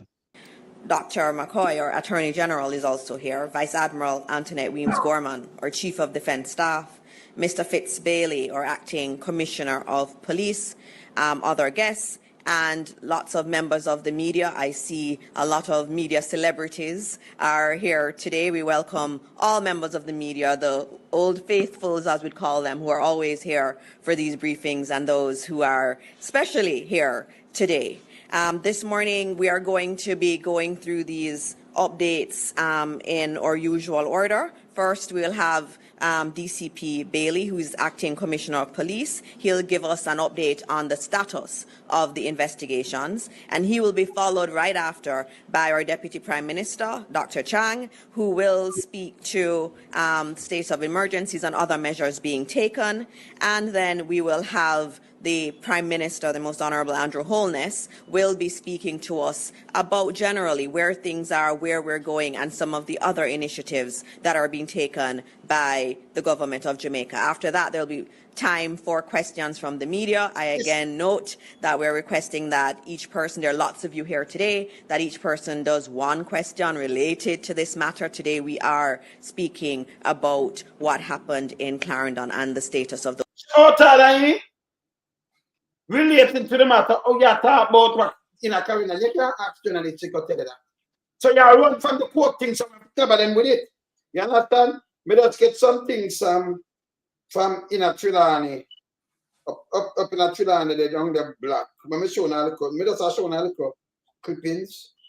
I show now little clippings fast, because tomorrow I'm going to show you this. When I forget this, go down the black end.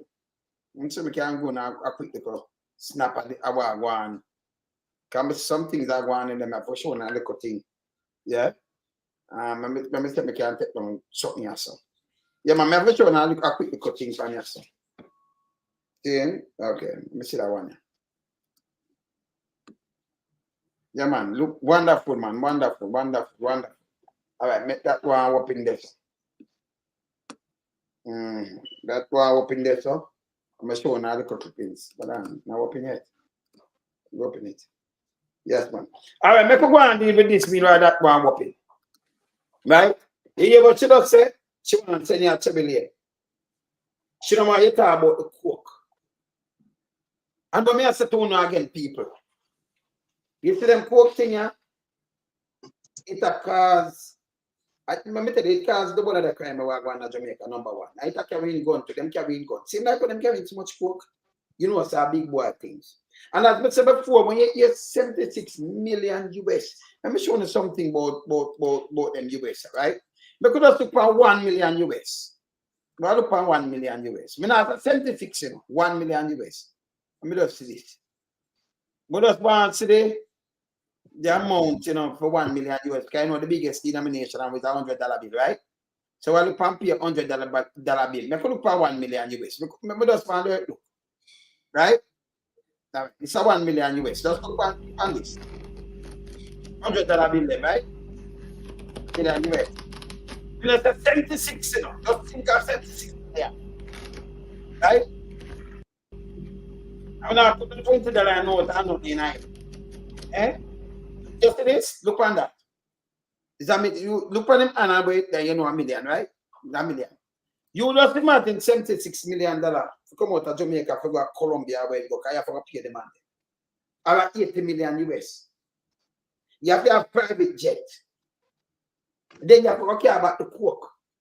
And then you have to carry to the base where you want to put it. You know, to say is that oil machine or some criminal or some drugs baron within the PSO jail. Don't ask them. Are within government? Are within the hierarchy and the police force? Definitely. Because you could never move with a constable. Them kick your people and then go to prison and things that are done. Because when you see people in them commissioner class, you now question them what kind of car them a drive. If them a move with a truck with jobs. Because remember, you know, you have just think about over 5,000 pounds of flour for you carry it. You see, you have to carry it in a something big, don't. And the same thing with the drugs, brother. A 5,000 pound it weigh. A 5,000 pound it weigh. See? So it's enough. And if you go get 5,000 pound of coke to go pack up in a place, if you can carry $70 million go a drugs man go pay, and him not kill you and take your money, that means you do business with them long time. Them trust you. Them trust you. Exactly. You're not going to use your money. You find yourself with 100 million. You all of a sudden you just find the drugs man them out of the blues and just take up 76 million a year dollar. Your money. US, you know, 12 billion Jamaican. Where can we carry that so? And fly, go buy drugs. I said no with it and nobody not take it when them nobody feel. And the drugs come. You pay for your drugs. You have to pay for your drugs first. And it come and it reach at the house, that means it come through the more the court port, because to come through now man then and the credit job start. It will come down after, you know, because them control what them are control. And then send the big police boy them and them escort. Can nobody not give them talk. You still a constable can't charge you, you know. But we not want to test him at all about you have him pan 13. And then big boy they run away. Because remember in the Jamaica run like a gang, you know. The IAA and the police run like a gang, like a mafia, like the facts and them things, they think. Them now run a police force, a criminal force. Them want to take up man like James and like Llewellyn and them people and put up their stuff. And then you clean the place. You know Llewellyn with the charge, the big boy. You know, see them thinking the Sergeant Llewellyn, man. Mm-hmm. Remember him up Yeah, man. Yeah, man. Yeah. Yeah. Man, him and the other one named Fabs. And then you charge Fabs and then give him back in job for one day that them can't pay. And then Llewellyn, a good police like that and flinging pants copy. The people of Jamaica for resist this. And me, I tell them again, there is nowhere Bangladesh. And by the way, you see the 300% to you that's about Byron? Yes. 200% and 300%. You know why them use them money, them have too much money. So it's that way to make it look like you balance a thing because no somewhere there, you know. And you look up here, can't show up that. So you wonder, I want them to win and say, well, I'm a pay when I work here, me get too much million. It's still not show up, brother. That's a cover. Yes. So the judge money enough time more than that $1 million plus kickbacks and things with them do. Yeah. Them can't treat nobody. Who go buy them drugs and have them drugs? Them are drugs burning in Jamaica. Them are not looking on them. I'm going to tell you something about get to youth. You can't know when I get to youth, just make money, you know. You know, if you live me and do all I will, live in a ghetto, I will live in some two little, you know, plyboard sitting on them things. Then we have a proper bed, we have a little piece of sponge each and in our room and, you know, one little TV and we have a thief, two little light and go up and buy a little pound of flour and piece and some little chicken back or some butter. If our money start dropping a year and people know, me not talk no big money because if you get the money, you raise and get even 100. Say you make $1 million. People know. You want to buy something. You want to fix up your house. And you want a little old car or something. Them are gonna know. And if you have a 2 million Jamaican, them are gonna see something. You get a car, you know what's the time when you never drive. And then you gotta try to fix up your house, you make it look like a little house. You can't carry uptown, you know. But them are gonna see say you spend the money. You think any one of them you that's strong in this 76 million US or $12 billion strong in that? True. Them live long time. Saying you not see them money. And by the way, them they not touch the banking system. So a big war, big police and the one of them behind is an organized syndicate of people who now look up at about them a law enforcement and them not break law. Them are fucking criminal. Exactly. Them are side with them coke. Exactly. Because when you look at the amount of people who are dead in the US alone after coke, you have a family, you mash up so much family. They are doing it in Jamaica too. Eh? And them have money but them can't spend, you know. And them can't carry to them, you know. Bush Stewart, they didn't carry anything with him. Him have dollar sandals. Don't them just bury him. Right now, maybe a tree a good trim back. Nobody now lift him up and dig him up and get him no good. He now no use to them now. He don't have in bedroom, not even one, no care look pretty and nice. See? So they end in a manner where the one we are in there so. That's the way we are live, so you know. But these guys and Judge Baron, them just live and they get the youth and kill them out. And then them a mash up a country that Biden have to come out and not mind saying, read it, listen to the one I don't have it right, I say, you can't read it. Just read what Biden in name Jamaica, in name Haiti, Dominican Republic, and two more places, them are jokes then. Yeah, of course. Quote it in the paper, just look on it. We have the thing from in Washington, it there too. No, man, you're right. And the man, they don't cut it down. They make it worse. And as I said before, you want to take your money and go buy 76 million of jug what a cocaine. And you don't have no buy a feet. That means you have ship, you have to quote long time. Because if a man talk to you for you, even spend 50,000 US. You have your foot in and foot out. And you tell. You think you have to go to $70 million? What are drugs? That means you have to wait for your drugs long time. See? That means you and them good to that, can them not kill you. Them not take your money. You couldn't say you do it for the first time and run a risk with your hard-earned money for hard-earned money and dirty money them have spent. Yes. Them are wash money. And then take set back, get to youth, we know it, you know. We are all them accountable. And when I come out for this night, no, not at all. Release them people and name, you know. I will pressure them because we are called from US Embassy, Canadian Embassy, Britain Embassy. When we are asked to do for me, it's like them talk about SO, about them a fight crime. Them are the epidemic, them are the root of crime. Exactly. Them are the epicenter of crime, the cocaine. And the man of people that kill. True. So we are asked US, same like on us and over there, so not train. If we can just come to Jamaica for me, leave the ghetto alone. March go uptown. From the Prime Minister up to the Governor General, you have a searching. And I'm telling you.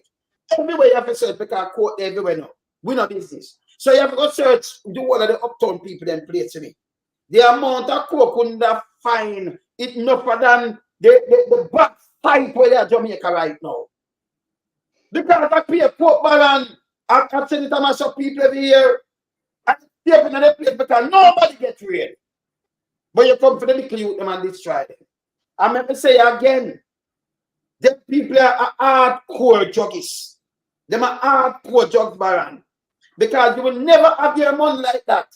And then you fly, and then have all the route on them come in. Can you carry coke, carry go, they carry everything. You know? That's why they didn't yet support the third airport, I call it international airport. And we to fly. You notice original flight them have. Then go correct and cake or collect money come back. Police, them tell police to turn them head in no business. You find drugs down them no business. Them fly in a them place and come dead so. And just come out and them all right.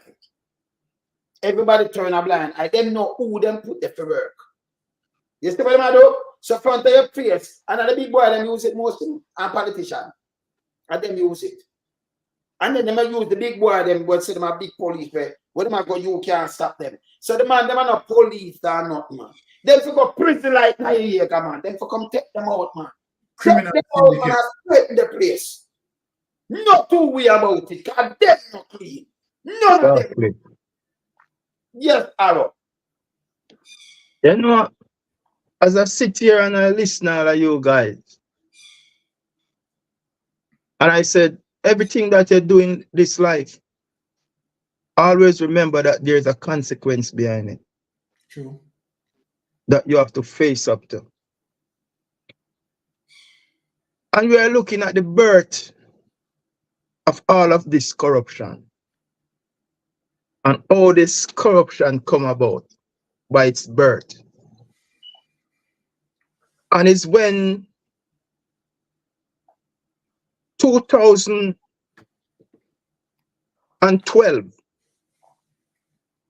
when Bruce Golding and the Jamaica Labour Party wrecked Jamaica, wrecked the economy, and a Portia Simpson Miller come in and walk and beg and plea all over the world. After hardly shot, they miss about 12 or 13 IMF deadline. IMF now have nothing to do with Jamaica again. And Proscia and Peter Phillips bring back the economy. Jamaica was on the verge of moving to another level. And the people of Jamaica turned their back on Portia Simpson Miller and elect this con artist. And because of the way all the Jamaican people deal with her, dunce, can't have pitney, you're not educated, you're not this, you're not that. I'm pushing Andrew Holness. And because of that, Jamaica have to suffer. Me attack tonight, it may sound away. You're on the right track, Aaron. It may sound away. But Jamaica have to suffer. You're on the right track. To want to do Portia Simpson Miller. Because she come and she take up the pieces and she fit it back. And Jamaica was on the verge of to the next level. I want to make this man come and sell no lies.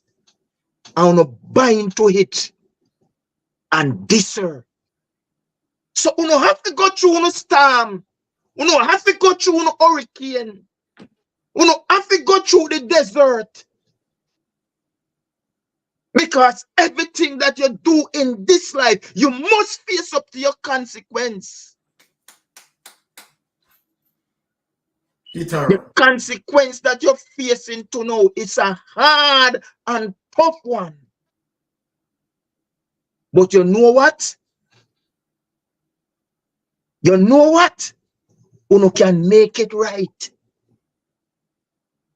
Uno can make it right. And the only way that the Jamaican people can make it right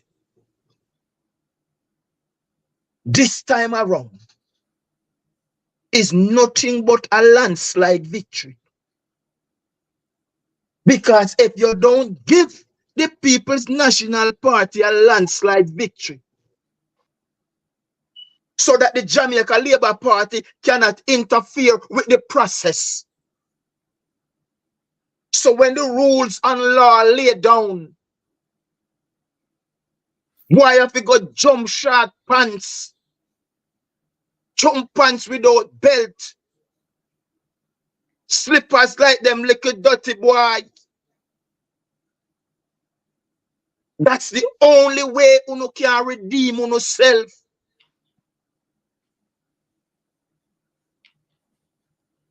Because of what uno did to the lady. Mean nothing but good for Jamaica. All the members on my panels here know what she have done. They know when take Jamaica out after Bruce Golding administration wreck Jamaica economy. True. And she resurrected the economy. And Jamaica was on a poise to take off. And the people of Jamaica reject the woman. All manner of evil. Style her, diss her. And the man was saying, promising no bitter medicine. Because first in a 2012, when he say, you know, if you go drink eucalyptus oil, you know. And that him promising no 2012 when Portia busting ass. And the bitter medicine, it will not face you now. Because everything that a individual do in this life, remember, there's a consequence waiting ahead for you. But come next year, redemption is drawing near. And you can resurrect on yourself. And as I stated before, nothing less than a landslide victory. So even if they try to steal it, it will never work, because the margin of the victory is so wide that no matter what they do, them can't face, them can't run from it. Make it right for the wrong want to do to Prosha and the People's National Party. The ball is in your hand. That's all I'm saying. Let me take on the button, Aromatic. Wayne, now make a permission for pivot. Yeah, right? man, yes. Should I go ahead?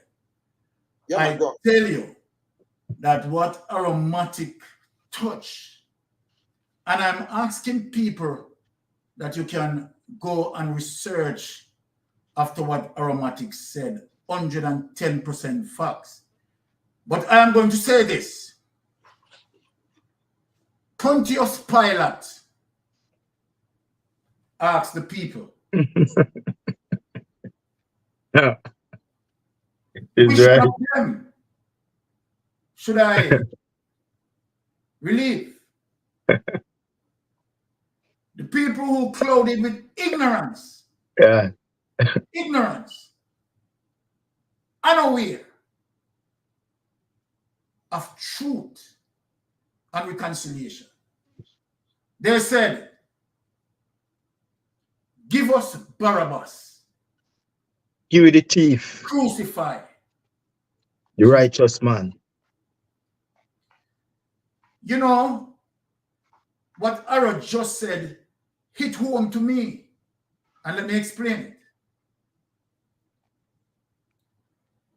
You know, PJ Patterson carved out a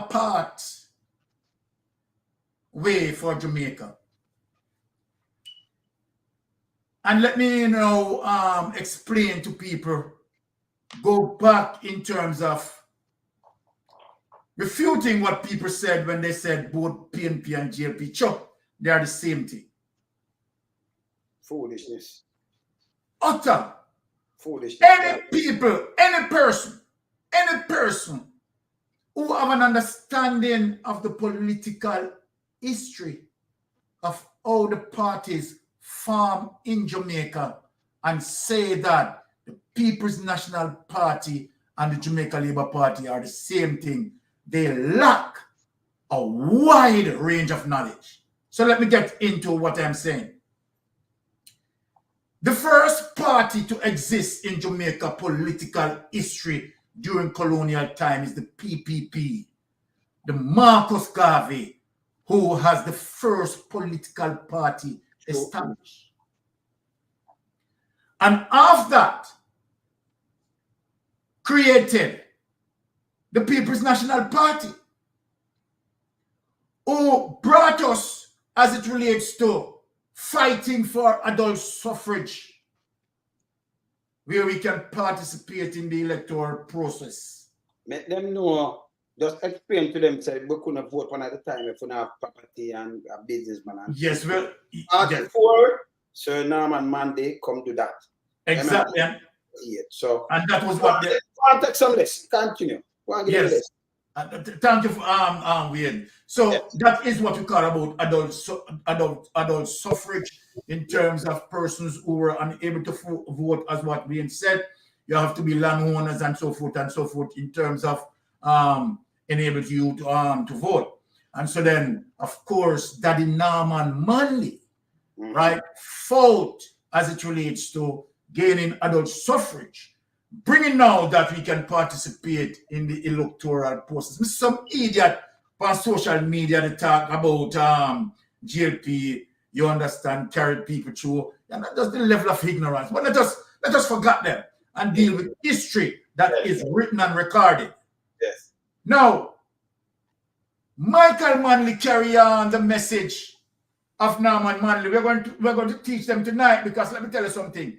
Every person here on the panel, that's what, look here. When we choose the Titans, you know, right? Don't think say we use that as a perfect strategy. Of course.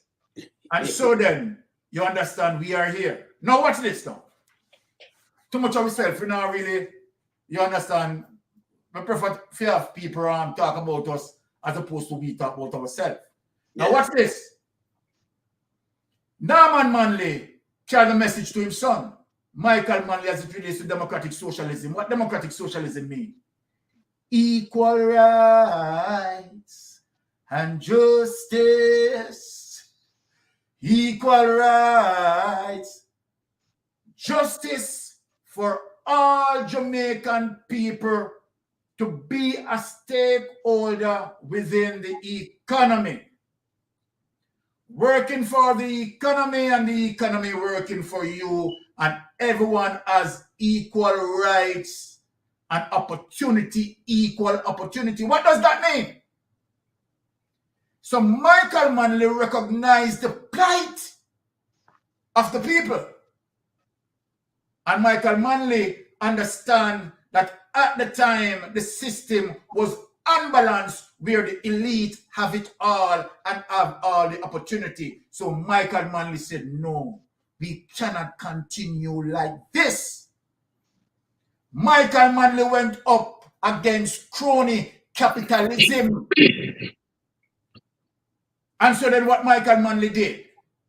Michael Manley increased the bauxite levy. Why did Michael Manley increase the bauxite levy?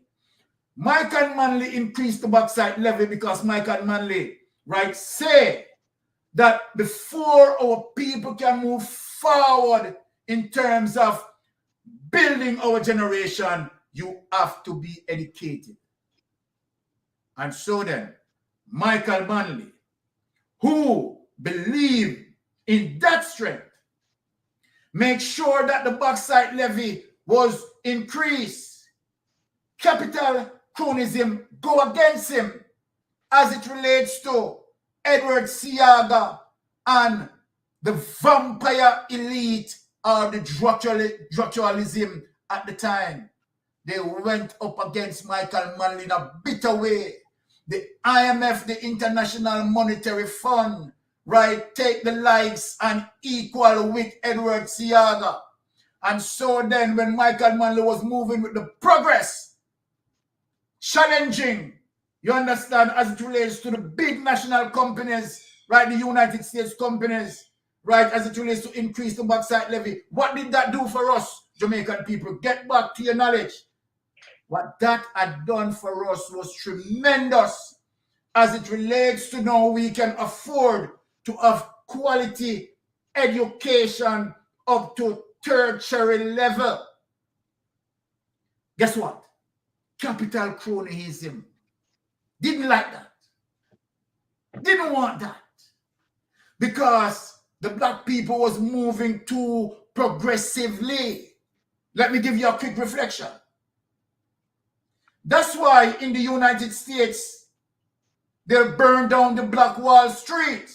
For people who want to Google that and realize the black community who moved to a powerful success, crony capitalism, burn down the city.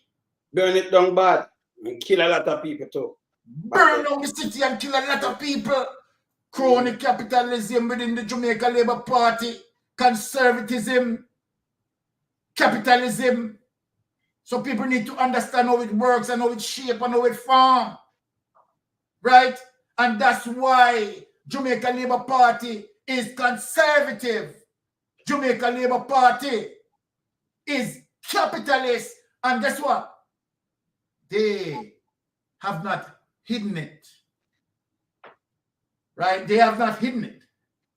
So then, the powerful move as it relates to when Jamaica economy was rising, and for all those economists who want to speak, we remember when we were practicing the economic model in the Michael Manley era. What was the economic model that we were practicing? we were practicing what we call mixed economy.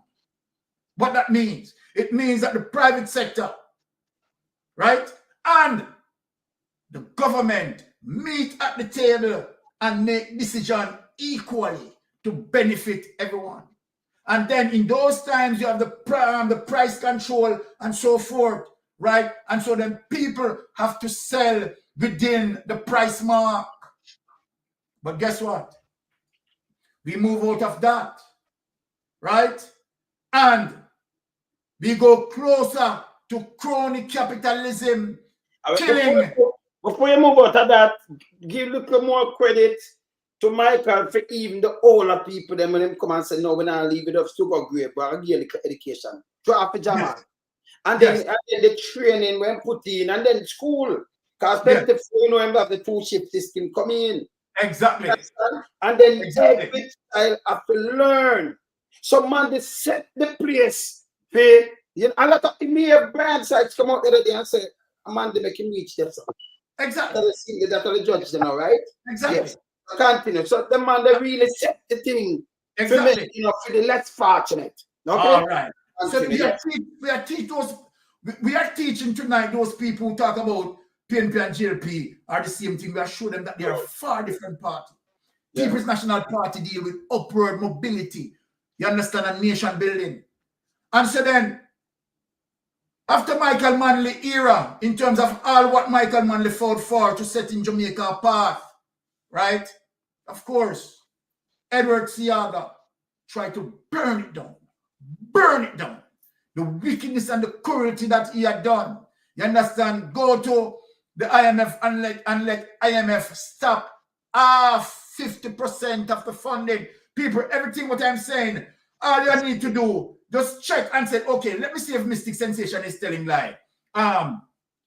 Just type in this into your Google Google search engine right now. In 1980, the IMF stopped 50% of the loan. Type it in and read up on it. So then let us move on while people are doing that, because we don't look when we speak truth, we speak facts. And so then what happened is that, yes, Edward Phillips Seaga run a propaganda as what Andrew Wallace is doing, learning from his father, his political father. Run propaganda that Michael Manley was going communist. And so then, they plan to destroy Michael Manley. Didn't want to see black people, right, inherit and move forward in nation building. However, let us just move and to connect what Aromatic just said.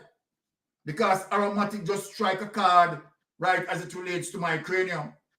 Now, when PJ Patterson, get this, PJ Patterson sent certain fundamental foundation, right? And that is one of the reasons why PJ Patterson hold them out for 18 years in the wilderness. They should have remained there to eat locusts, right?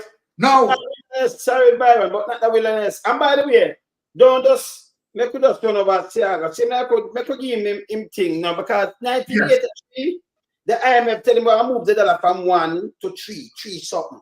And that's why I call him the call a stop election. And man, don't contest it. Because they think they are right and never contest it. Then him lock down JIS, lock down some of the lock down a lot of things for please them out the country. And by the way, this thing done with a tertiary education thing there. Exactly. You take a university free, him chop it too. Yes. They know the one of this today, you know. So when you come back and say free education, if it's a free education Monday, then they have it, and Monday bring it in the 70s. All right. But look at our way. When PJ Patterson move the nation forward, right? What PJ Patterson had achieved was to win us free from the IMF. People, I want you to Google that. Yeah, and leave the IMF. PJ Patterson paid off all the IMF debt, all the debt, and set us free. Set us free. Now, where I am going to step into is where Aromatic just finished. When PJ Patterson set us free from the IMF. He had given Bruce Golding a platform of success. What did Bruce Golding have done? Sunk the ship. Bruce Golding sold most of Jamaican assets. I hear a lot of people talking about PJ Patterson sold Air Jamaica. PJ Patterson sells sugar in PJ Patterson. Google search and you will see what happened. It is Bruce Golding who had divested most of Jamaican assets. Go and do your Google search and it will tell you it is Bruce Golding who had divested most of that. Now, not only that, Bruce Golding went and reconnect Jamaica back to the IMF. Yes, and when he had gotten the IMF, then of course, they put him on some austerity measures. Did he succeed or he failed? Bruce Golding failed miserably. Miserably. And then you know what? The IMF turned totally away from Jamaica. And didn't want to assist Jamaica in any economic means. Well, under Byron, please and thanks. So, all right. Those now you say, oh, I'm getting for winning at 2007. Yes. And when they come in with traffic, that thing that when they say about the money and the paper bag. Traffic guru. Yeah, that was not scandal and not that was no. So this is what him do. And by the way, them coming by 2009, them have the highest murder rate on him watch. Yes. The highest 2009, that is 1,683. Yes. And the White House, remember when the government spent 150 US million, 150, yeah, around 100 million US, right? Them up in the White House, said Sanders White House, and then put like 30. Now, him take it instead of when thing that say carry go court, him take it and him give the White House, him give to Sanders, him give to Bush Stewart. Yes. So Bush and the film part and mash the place too. You understand? Continue on Titans. Hold on there. Byron, hold on there. You see, remember your point, my brother, but I don't want to forget. Yes. You touched the 18 years. Yes.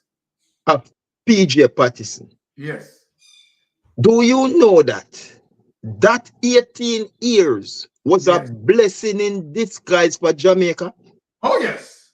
Oh, yes, sir. That's why we are touching. When you look at 2007 to 2012, the destruction what Bruce Golding do. And when you look on 2016 to current, the destruction what Andrew Holness do.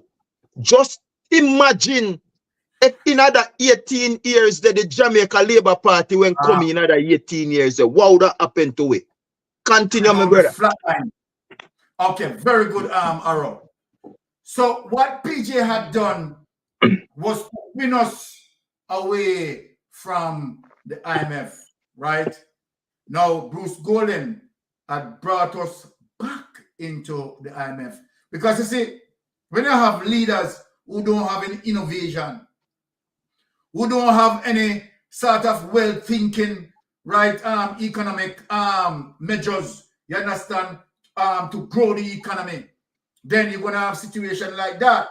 And so then Bruce Golding proceeded to the root of the IMF, right, borrow the IMF money and fail as it relates to the austerity measures that IMF placed on the country. As a result of that, the IMF turned its back on the country. Right now, the country is in deep, dark days. Now, under the Bruce Golding government, what used to run things was the drugs. And so then that is how now the United States engaged because of how the Jamaica Labour Party, right, associated with Drug Dan, who used to carry the drugs ship all over the place. That is what now caught them up with the United States. And where now an extradition was issued now for Dudus. Now, as a result of that, it sinks Bruce Golding government in terms of the covering up and trying now to suppress, right, the extradition request that United States put out for Dudus, right? Now let us move further than that.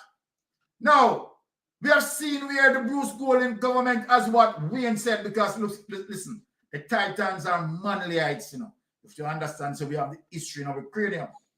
Now, what Bruce Golding had done as it relates to him wrecking the economy, damaging the economy, you understand, and where he forced to resign as a result of the consequences coming down on him, right? He under pressure. He has to resign, right? Because in 2009, Jamaica now was listed as the most corrupted country within the Caribbean. If you look on the corruption index in 2009, that was the year under Bruce Golding where the corruption index dropped the worst as it relates to going at 30. The worst and the history of the corruption index ever since. Now, let me give you some true history now. So now remember, now we have Bruce Golding government, right, facing that circumstances, corruption index, right, drop them from 30. Because how you measure on the corruption index, anything below 50, they consider that to be corrupted. Anything above 50 is good. So I just want to give you the toolbar for you to understand, right, as it relates to anything below 50 is corrupted. Anything above 50, right, is good. So in 2009, Jamaica dropped 30 ever on the corruption index under Bruce Golding as a result of the level of corruption that landed Jamaica on the corruption index to 30. Now, of all the beautiful things that we want to hear in politics and the best history that's full of meat and richness is Portia Simpson. Now, knowing to the fact that Portia Simpson's political career has to begin with one that has to utilize the best strategy to put the country back into a favorable position on the map. Because remember now that Bruce Golding wrecked the economy. Yes. So of all the political history in terms of vibrancy and taking out an economy from way in the pit of hell to bring that economy up to surface was rest on the responsibility of two persons in the People's National Party. One, Portia Simpson, the leader, and Peter Phillips. Now, knowing to the fact that when Portia Simpson took over in 2012, the IMF has gone, left us. What Portia Simpson had done has to go and have diplomatic communications with the IMF, right? And as such, right, the IMF, right, had given us a thin line to walk with strong austerity measures. So let me explain it to you. One of the austerity measures was to the fact that Portia Simpson couldn't raise civil workers' pay, right? They have to burn their belly, right? I want people to remember this, you know, right? So wage freeze was a must, was one of the austerity measures to bring back the economy in line after Bruce Golding crushed it. Now, what happened with Mama P? Mama P, wonderful Mama P, the angel of Jamaica. Indeed, the most powerful politician, a woman with balls. Have you ever heard that? A woman with balls, true balls. Mama Portia Simpson Miller, a woman with Real. balls. Let me tell you what Portia Simpson had done. Portia Simpson had corrected the wrong of Bruce Golding. Corrected the wrong of Bruce Golding. And Peter Phillips shaped back the economy. Right? Utilized within the austerity measures that the IMF applauded Portia Simpson in 2014. Applauded Portia Simpson because the world at the time did not believe that Jamaica was going to survive under the austerity measures. They believed that Jamaica was going to sink. But when the IMF realized that Mama Portia Simpson and Peter Phillips bring back this economy, Portia Simpson passed 8 consecutive IMF tests. People go and Google this. Portia Simpson and Peter Phillips passed 8 consecutive IMF tests that even the very IMF surprised as it relates to Portia Simpson's success. Now here we are today. Exactly. Here we are today. I want people to research. Meanwhile, I'm talking no arrow. I want people to Google me, you know. You Which is right. Put me on the spot. Right? Yeah.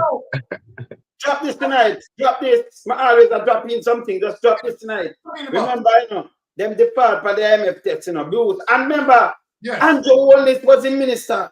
I go on with him and him as a minister of education, he would have read as an advisor in a Blues cabinet. So the one of the minions that it go on that do them anky panky to same way. So now leave them out. And by the way, when Mama Pierre do that, you know, Andrew come with basket and draw card panel. Exactly. But because the IMF test, if you pass the people them test after pass up the thing. But through the PMP, then more do action more than PR, some little dirty PR, and that's Andrew them good for. Do PR and tell lie and trick people. Exactly. Not get wrong yet, so. Yeah, not get a blood and skirt. No. I mean, we are here. You understand? I mean, live there right now. Sparrow there right now. William there right now. And Mystic there right now. They are telling them, say, lied, control the east. Arrow, control the west. Lonesome, control the north. Mystic, control the south. How they going to pass? They can't pass. And we cross the border. Educate and teach because we have the history. This is manly heights, the righteous up. Manly heights giving it to you. Right? Exactly. So when we tell them, say, look, Portia Simpson and Peter Phillips done the groundwork, lay the red carpet, right? And here we have the thief in the night, the pirate of the Caribbean Sea, the criminal indeed, Jack the Ripper, coming. Don't leave the lie. No, please and thanks. The lie man will ever walk the face of the earth. Oh my God. A narcissist. Right. Lie to your face. And you know what? The undermining of the Jamaican intellect, as if we are not sensible. That he is going to stand and steer us and continue to give his bare-faced lie. Yeah. One of which when he speak that when People's National Party in power, the crime go up, up, up. And so then you disrespect the Jamaican people intellect. The Jamaican people intellect. And not only that you disrespect the Jamaican people intellect, you undermine us. Because you believe that the internet is not around. You believe that we are unable to search for the truth. Eh? Brother,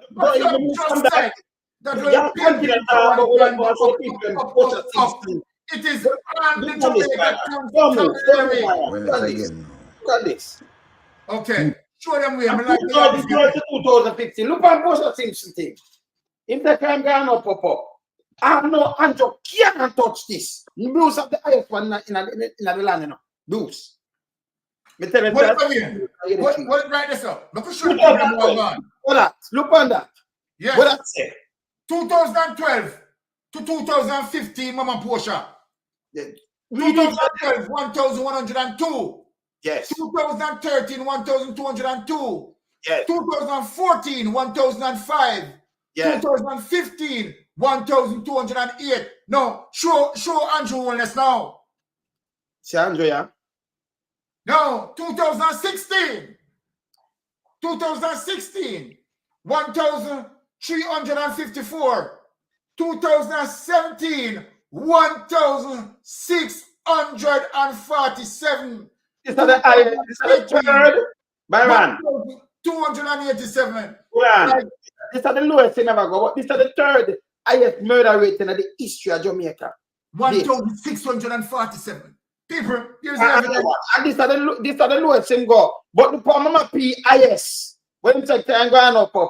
1,287. That is 79 more murder commit upon people, you know. It passed Mama P IS. Mama P IS are 1,208. Him a 1,208 here. Continue, see that? All right. So, and let me give the information that is not on there. 2021. Yeah, 2021 and 2022. Remember when that the crime rate went into 1,400. Yeah, 1,523, 1,511. So kind of 4,000. The last year 1,511. See Bruce one, let me just give them a glimpse on Bruce one. So when I'm talking about crime, don't follow him. You know, beat Mama P. See Bruce one, let me go to a Bruce. I'm going to go back. I'm go 62. See them, they're 72, some at the time, they're 100 and, you see it? So nothing, and say, all right. Go through this, let me show you the second highest. All right, that's a 2005. 2005 are the second highest. The third highest upon fee, 1,600, but look at this now. 2008, you see Bruce, 2007 are fee, I'm going from thing, the 2007 are fee, 1,500 and then 2008, 1,611. You see something I 2009. Let me show it good. See 2009. Let me show it. 2009. Look at 2009. 1,683. That is the highest in Jamaica history. These are the highest in Jamaica history. 1,683. Just take it on Bamboo's watch. Andrew was here. So the second highest of 2005, the third highest upon Andrew on his watch. 1,640. You understand? See that one there? Yes. 4, 5, 1674. Him at 1683. 1683. Those are the highest murder rate in the history of Jamaica. Andrew of the third highest, yes, sir. And then him at Andrew of the fourth, the 56. Come right back. So when them say murder, garbage. It's right here. So, yeah. So when people are talking about PNP and GLP are the same, no, man. Go back and read through the history, man. Go and look through your political history, man. You have Google search engine. You have Yahoo, where you can search up the information. You understand, before you come out and speak. You understand what I'm saying? Ignorance is no excuse in our political process in this time, right? Because what we want to inform people. We are responsible to save our Jamaican people from a destructive path that is leading by Andrew Holness. Very destructive and very lethal to our Jamaican people. So we are here, right, to guide you. We are like the shepherd. Of course, making sure that we are protecting our sheep. You understand? Making sure that we are guiding them to the right pasture. So then, having said that, now, we have seen Andrew Wallace-led government came into power, tricking the people, right? Pretending that he's one of them, right? Telling lies at one point that he grew up into a one-bedroom, and all that going on. And then in a different campaign, his two-bedroom. So by from the onset, you have done know that this man was a political liar, a political canartist, but the Jamaican people weren't listening properly. Exactly. Right? They weren't listening properly on the political campaign. Yep. How can this man in one political campaign live in one bedroom with his family? And then in another political campaign, it is two bedroom. You understand, with his family. Notice every time that Andrew speaking and want to convince and send home his message, he always come up with all sort of shitting analogy. Right. He always come up to talk about how a little boy tell him that he wished that it would be the JLP staying power. Come on. Storyteller, man. Storyteller and nonsense and lie and bullshit. You understand me? I say, this is the work of criminals. That's what they do. 3-card men. They are 3-card men. You understand? Playing trickery on the people's mind. And so then when you see that level of trickery, we have to call them out. Now, if the Prime Minister, right, was good in character, solid in character, right, and want to lead the Jamaican people on a good path, the Prime Minister would have made example of himself so that one can follow. A good leader is going to lead by example.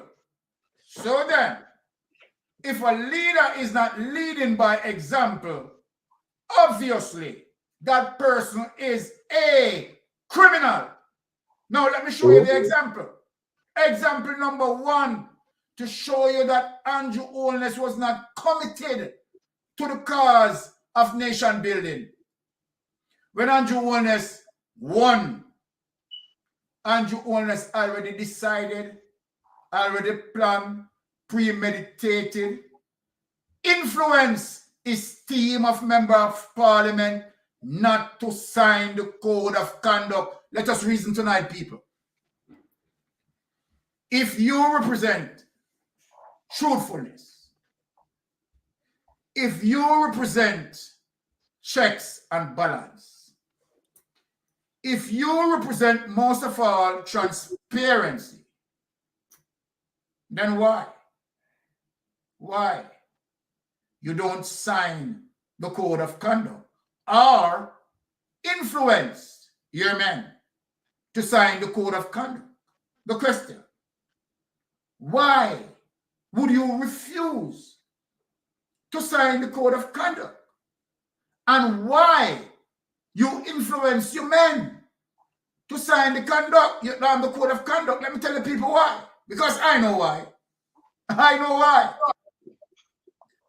Andrew Holness, between the window of 2006 to 2009, involved in ultimate corruption. And so then Andrew Holness signing that code of conduct would be convicting himself. He would be now asking for self-indictment. You understand what I'm saying? Because he knew very well that between the window 2006 to 2009, he was corrupted. He knew that.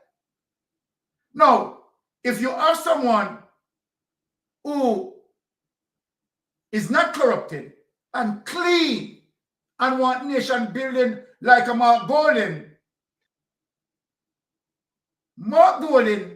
sign the code of conduct. Why? Because Mark Golding want checks and balance. True. Andrew Holness refused to sign the code of conduct. Why? Because Andrew Holness doesn't want checks and balance. Now, let us move on. Now, goes back to 2009, after on the corruption index, where Bruce Golding took the country in a spiral downward in corruption as it relates to carry the corruption index to 30 under the Jamaica Labour Party, the worst under, right, as it relates to the corruption index. Look what happened, and read the history now, people. When Portia Simpson goes in power and Peter Phillips goes in power, Mama P clean up the economic situations as it relates to the IMF. Not only that, you know who Mama P get? Mama P got who we call Mark Golding. What did Mark Golding do? I want to ask all of you, what did Mark Golding do? Let me tell you what Mark Golding did. Mark Golding, recognizing the corruption amongst corrupted politicians, Mark Golding drafted the Integrity Commission Act. Yes, people. Mark Golding drafted the Integrity Commission Act. I want people to Google this in terms of what I'm going to say now. When Mark Golding drafted the Integrity Commission Act and it passed in 2017, the corruption index, yes, if people never know this, let me tell you this.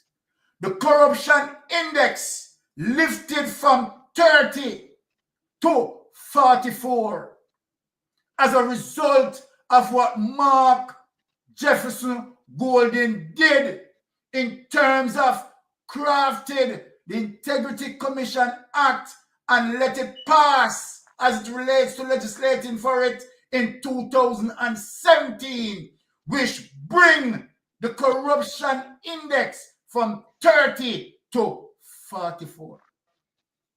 That was the particular reason why it was increased. Because guess what? Checks and balance put in place. Now let us drift back to the reason why Andrew Holness never signed the code of conduct, because of his premeditated plan. Andrew Holness knew very well also, before coming into the politics, I have the history in my head. Before coming into the politics, Andrew Holness' plan was to make the politics work for him to enrich himself and in extension his family and his cronies. That was Andrew Holness' plan from day one before he entered. And let me prove it to the people. Let me prove the evidence to the people, because I have the evidence. That's why we are going to beat him tonight. I have the evidence. Now, the first time Andrew Holness ventured into the politics was 1997. True. I want people to research behind me and fact check me. Follow me. Now, Andrew Holness, when he went in, the areas that are giving trouble right now in Jamaica and bring a lot of mayhem to people in Jamaica, Andrew Holness spent some time with the land agency. That is where Andrew Holness got his knowledge from, the land agency. And Andrew Holness used that to the best, right? of his knowledge to benefit himself.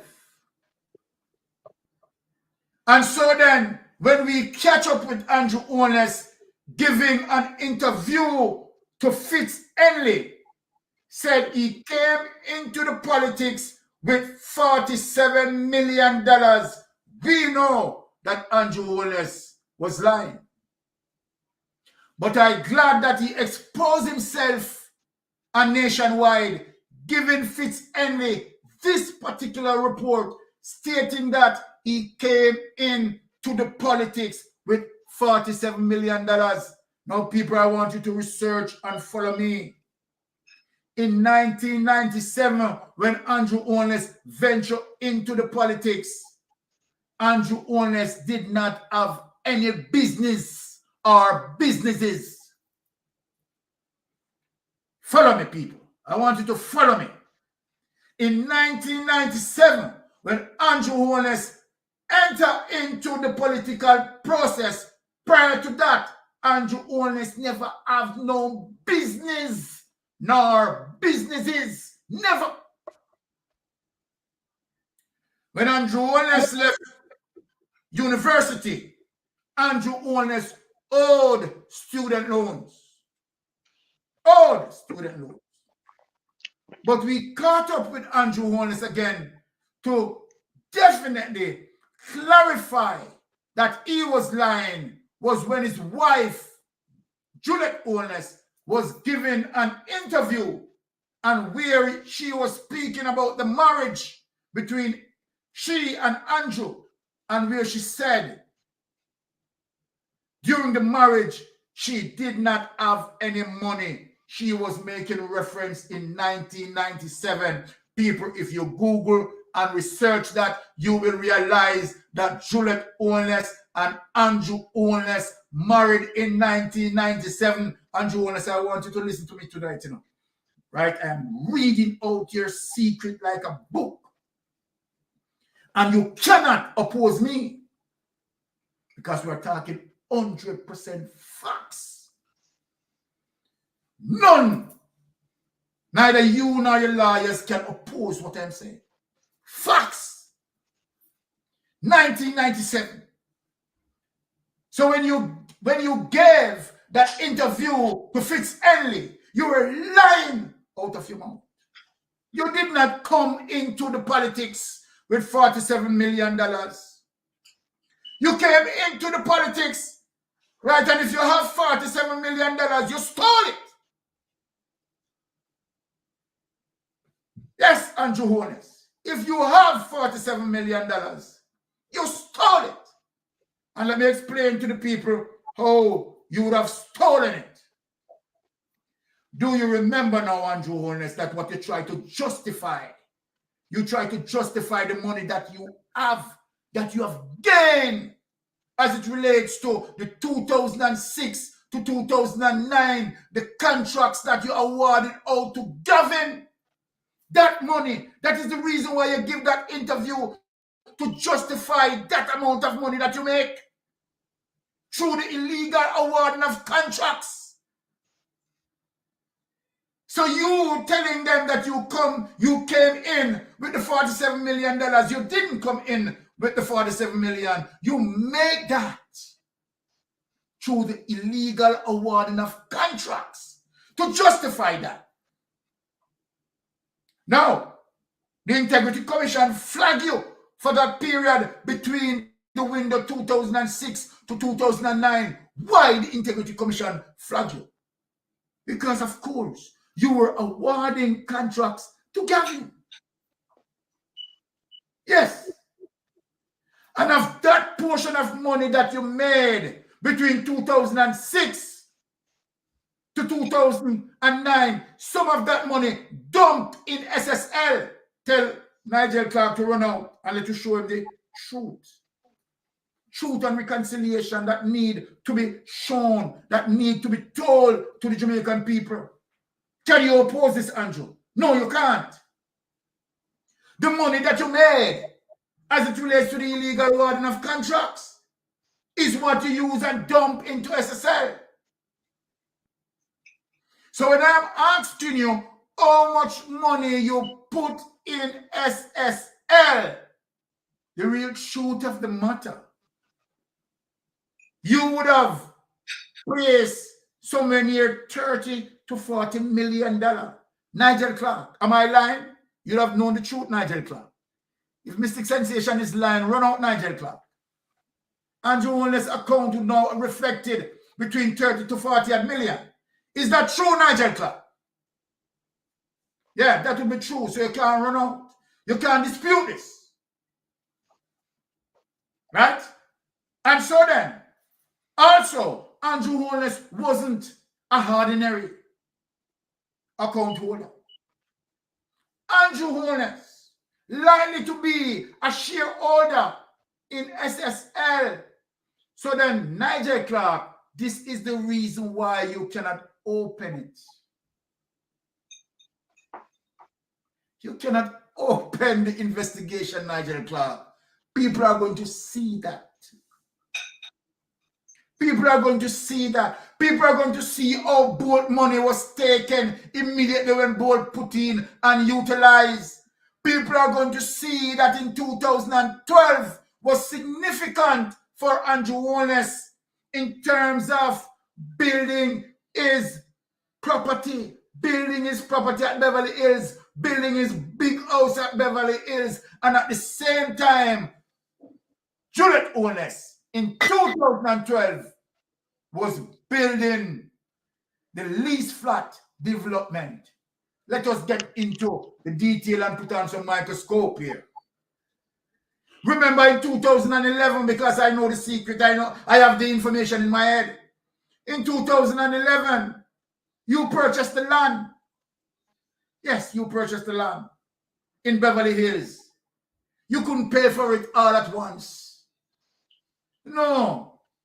Because at the time where you couldn't pay for it all at once, Bolt did not put his money into SSL 2011. Come on, people. He didn't.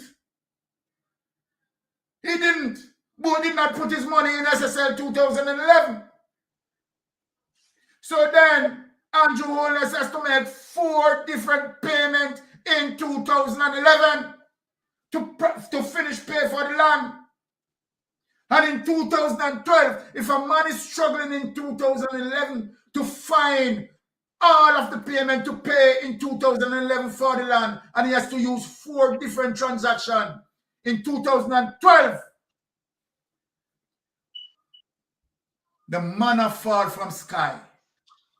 In 2012, the manna fall from sky and fall on the shoulders of Andrew Holness and Juliet Holness. Usain Bolt put his money into SSL 2012. And what happened? When did Andrew Holness start to build the big mansion? Andrew Holness started to build the big mansion in 2012. Yes. So let us record back to 2011 when he couldn't afford to pay for the land and have to use 4 different transactions to pay for the land.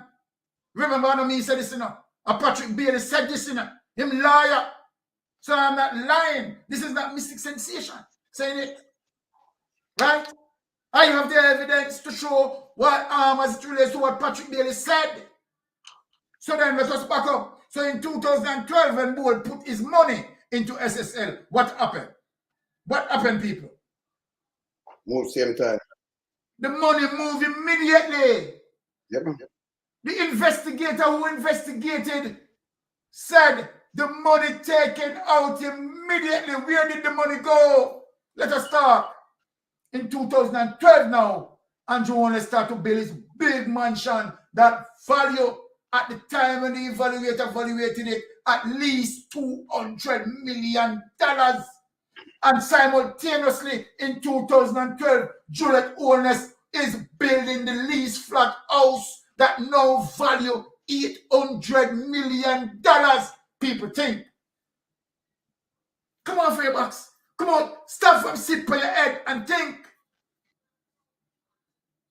And so then, of course, with the level of disrespect right? Nigel Clark, who definitely has been a director in your company. Nigel Clark was a director in your company from before he ventured into the politics. Many people don't know this. But let me say it. Nigel Clark was a director in Positive Jamaica Foundation, Andrew Owen's company, before he ventured into politics. And Andrew Owen took him from there to ensure he get that protection from Nigel Clark. So then now that Nigel Clark now becomes the financial, right, minister, the finance minister, of course Nigel Clark now control these things as it relates to the FSC, Financial Service Commission. So when the FSC flagged SSL as it relates to one of the primary items, misappropriation of client funds, Nigel Clark could have shut down SSL, but he chose not to do so because Andrew Owen's account needs to be protected. The level of wickedness that you are doing to Jamaican people in a stop here over there for exposing. You, Nigel Clark, you didn't shut down SSL. For why you didn't shut down SSL? You have the authority to do that. You're the Minister of Finance. The FSC flagged them even as way back in 2012, right? To be misappropriating client funds, stealing client money. That's what it is. Stealing client money. What SSL is showing up on their records, the bank reconciliation account is showing a different thing. SSL stealing the money. Nigel Clark knew very well that SSL shaped from day one to steal client money. But SSL is the GLP laundering machine. I am going to ask a question. One of the fundamental reasons why they don't want to expose as it relates to persons who are funding Nigel Clark campaign. Nigel Clark, let me say, and let me ask you a question, Nigel Clark. Did you get any money from SSL to fund your campaign? So then, Nigel Clark, if you want to embarrass me tonight, open that information. Make that information becomes clear to Jamaica. Who are the funders of your shell company? Who are funding your company? Expose that information if you want truth and reconciliation. Show us who are funding. SSL is funding a lot of your campaign. And this is how you want to treat Jamaican people as Jamaican people daft and dark. And we don't understand anything, insulting our intelligence. But Nigel Clark, you can do something for us tonight. You can say, let me go ahead and embarrass those vloggers. Let me go ahead and show the Titans that they are fools. Let me go ahead and show the Titans that they don't know what they are saying. Expose your donors to us. Well, I am telling you, Mystic Sensation is telling you that you can't do it. And you will never, ever do it because you are protecting them and those who are corrupting Jamaica. And I yield back to our next Titan. Yes, Clyde. No, you never wing down yet for a match up the place, you know. Maybe just show them this fast, Clyde, because I you for talk right now, but me just show them, somebody just send me something right now, more to look a piece right quick. Make you see where I'm going out there. So this is in a Trelawney. This is in a Trelawney where I'm going right.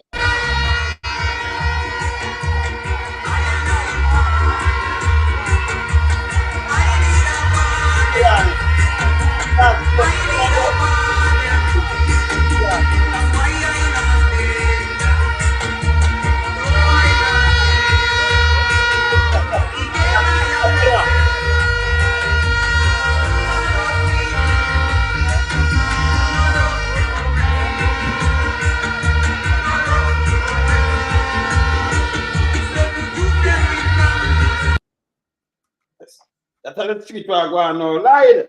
Titans. Yeah, man, I must, endorse all that mystic as highlighted, some real solid information. And I mean, I only hope the listeners out there really, manifest within themselves what Mystic said. But I know every action bring a reaction. And when the Jamaica electorate allow Andrew Holness to run his campaign under lies and propaganda in 2015 going on to 16, that was one of the biggest mistakes, because for sure Jamaicans are very knowledgeable people when it comes to dealing with grassroots gossip. They know if it goes so or it not goes so. And there were some very fundamental statements coming from Andrew Holness at the time that you're liable to get gunshot in a Jamaica quicker than our car would kill you. Yeah. And him going to make you sleep with the door and window open. And that the Jamaica people must hold government accountable. Now, fast tracking back to his predecessors them. They all campaign and lie and propaganda. From Edward Seaga, Bruce Golding, all their campaign were fueled with lies and propaganda. And one of the things that strikes me, and I have to, make mention of it tonight, every time that the People's National Party build Jamaica economy, these minions tear it down. Because I'm going to tell you the reason why they do it. They have never exhibit good governance. And whenever time they are being booted out of office, when they know, because we all always have some real good pollster, like Carl Stone and all them man. So when the poll them come out and them know say yes, them gone. What them do? They mash up the economy. Because when they mash up the economy, the next election where them are contest, them use back the same strategy to tell the people them, say, look, this is where the People's National Party do, why the country in this predicament. So we know that for a fact. But as it relates to SSL, we know that there was some government funds as it relates to National Housing Trust and a few other government agencies that was invested in SSL. And those money have not been recouped to go back into the government scheme. We haven't heard anything from Nigel Clark surrounding those misappropriate government money that was pumped into SSL. And my knowledge that I gained from that is that Andrew Holness deliberately chose to take the money from those government agencies and put into that scheme. Because that was a panty scheme and that was one way of robbing those money without giving accountable. True. Because when you can highlight to the population at large that a financial institution, as it relates to SSL, gone bust. What it means, whatever funding is in there is unretrievable. So Andrew Holness used SSL to also steal government agent money. And this must be made clear to every citizen in Jamaica and abroad in the diaspora. That was a very strategic way of stealing the country money. On top of all the corruption, the drugs, the gun trafficking, the illicit contract awarding, both to himself and to him cronies, him still can't satisfy. So Andrew Holness right now must be investigated by overseas investigator. You cannot leave Andrew Holness to be investigated by his local counterpart, because we're not going to get any justice, because they're all in the melting pot together.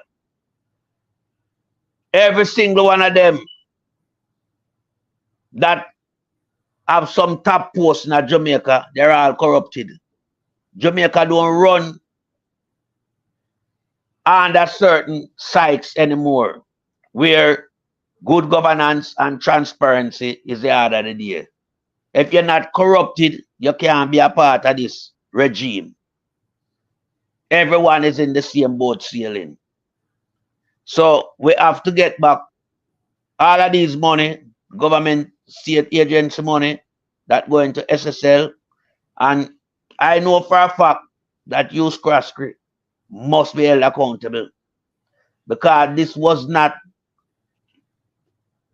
a situation where SSL crashed because of a financial global situation. SSL crashed because malpracticing. It was designed to steal money from its client and from the state. That's why, as Usain Bolt put the money in there, it disappeared. There was no consideration or thought process. They were just waiting for that money. I don't know who advised him to go into that investment scheme. But from knowledgeable source, as it went in, it gone out. So Andrew Holness is a direct criminal prime minister in Jamaica. He tell all the lies to fabricate whatever information he want to put out there. And so Jamaica is now paying the price for this man lie and this man trickery. True. Because he never run on a clean ticket. It was corruption, lies, crime, all that can, destabilize a country and the economy. That's what they did. So we find that we are in this predicament today, and it's only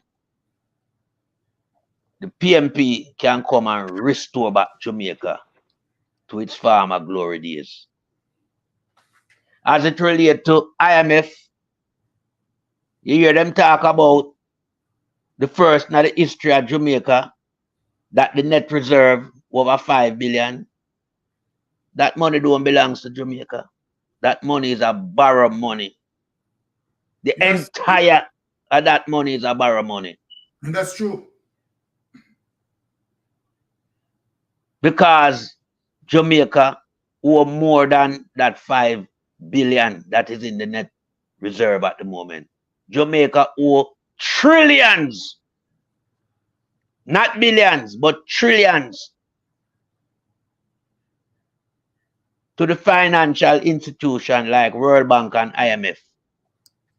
So Jamaica is not in a safe and secure position as it relates to our GDP and net reserve.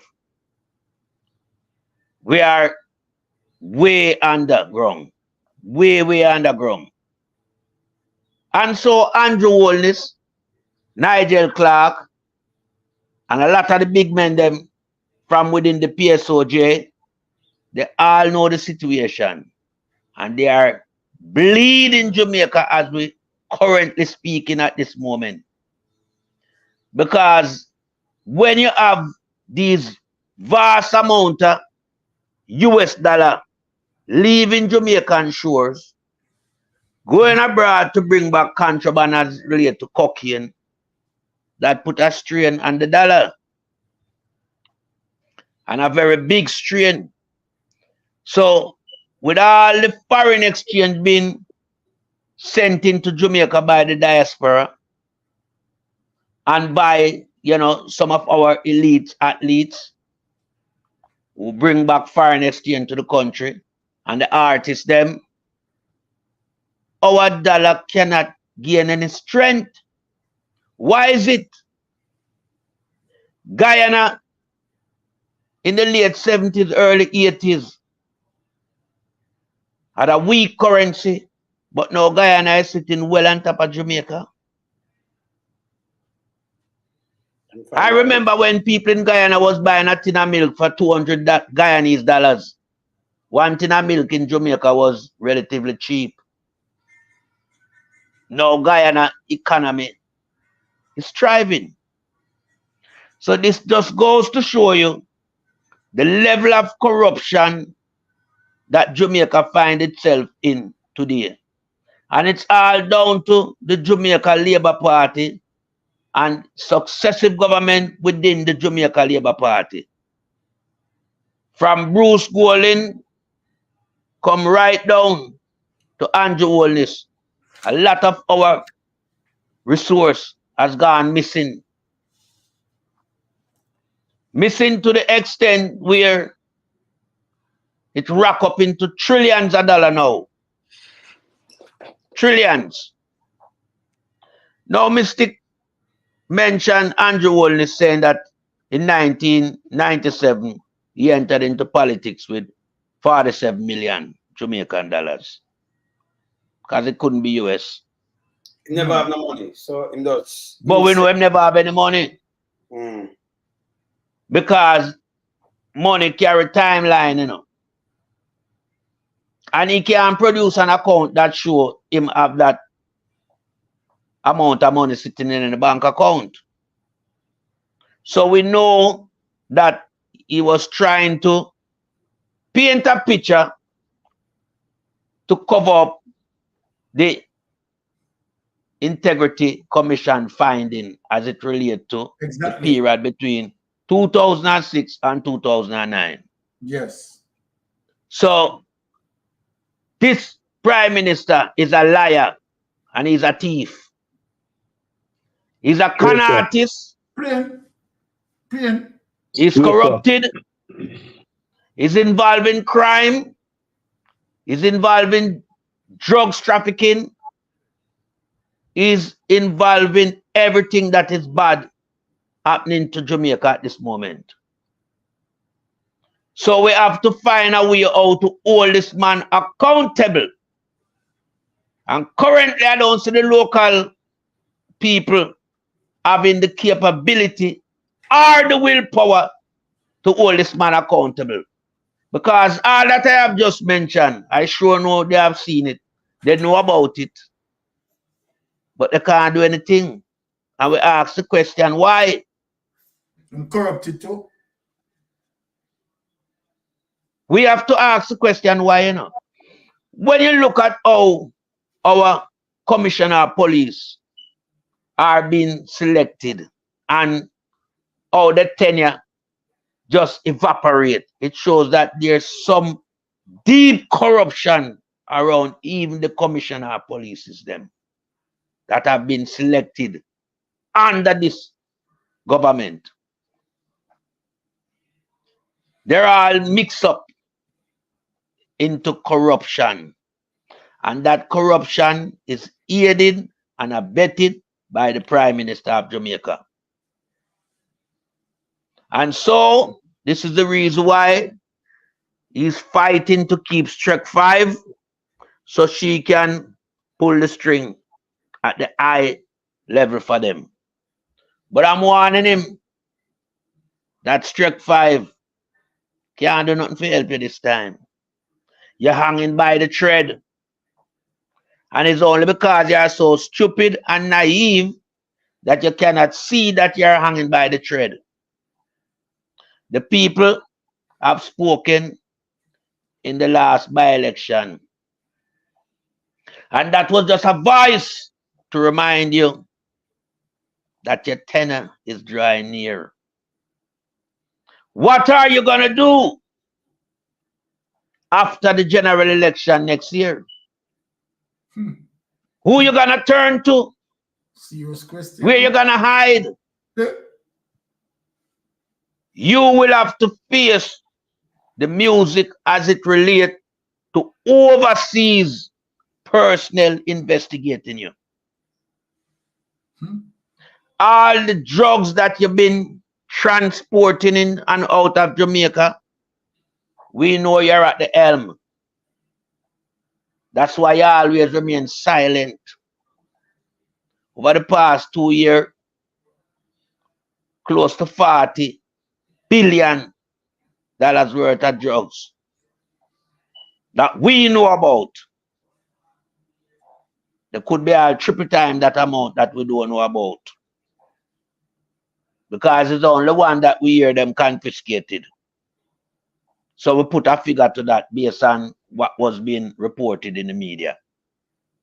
But we know Jamaica has become like Colombia and Mexico 20 years ago. It's like we take that position that those two Central American, Caribbean countries did have. We take over from them. Now, this can only happen when you have a government that is backing these type of activities, you know. Because the amount of money you spend on security, we should have had our border well secured and our port. So we shouldn't see this high level of importation of cocaine into our country.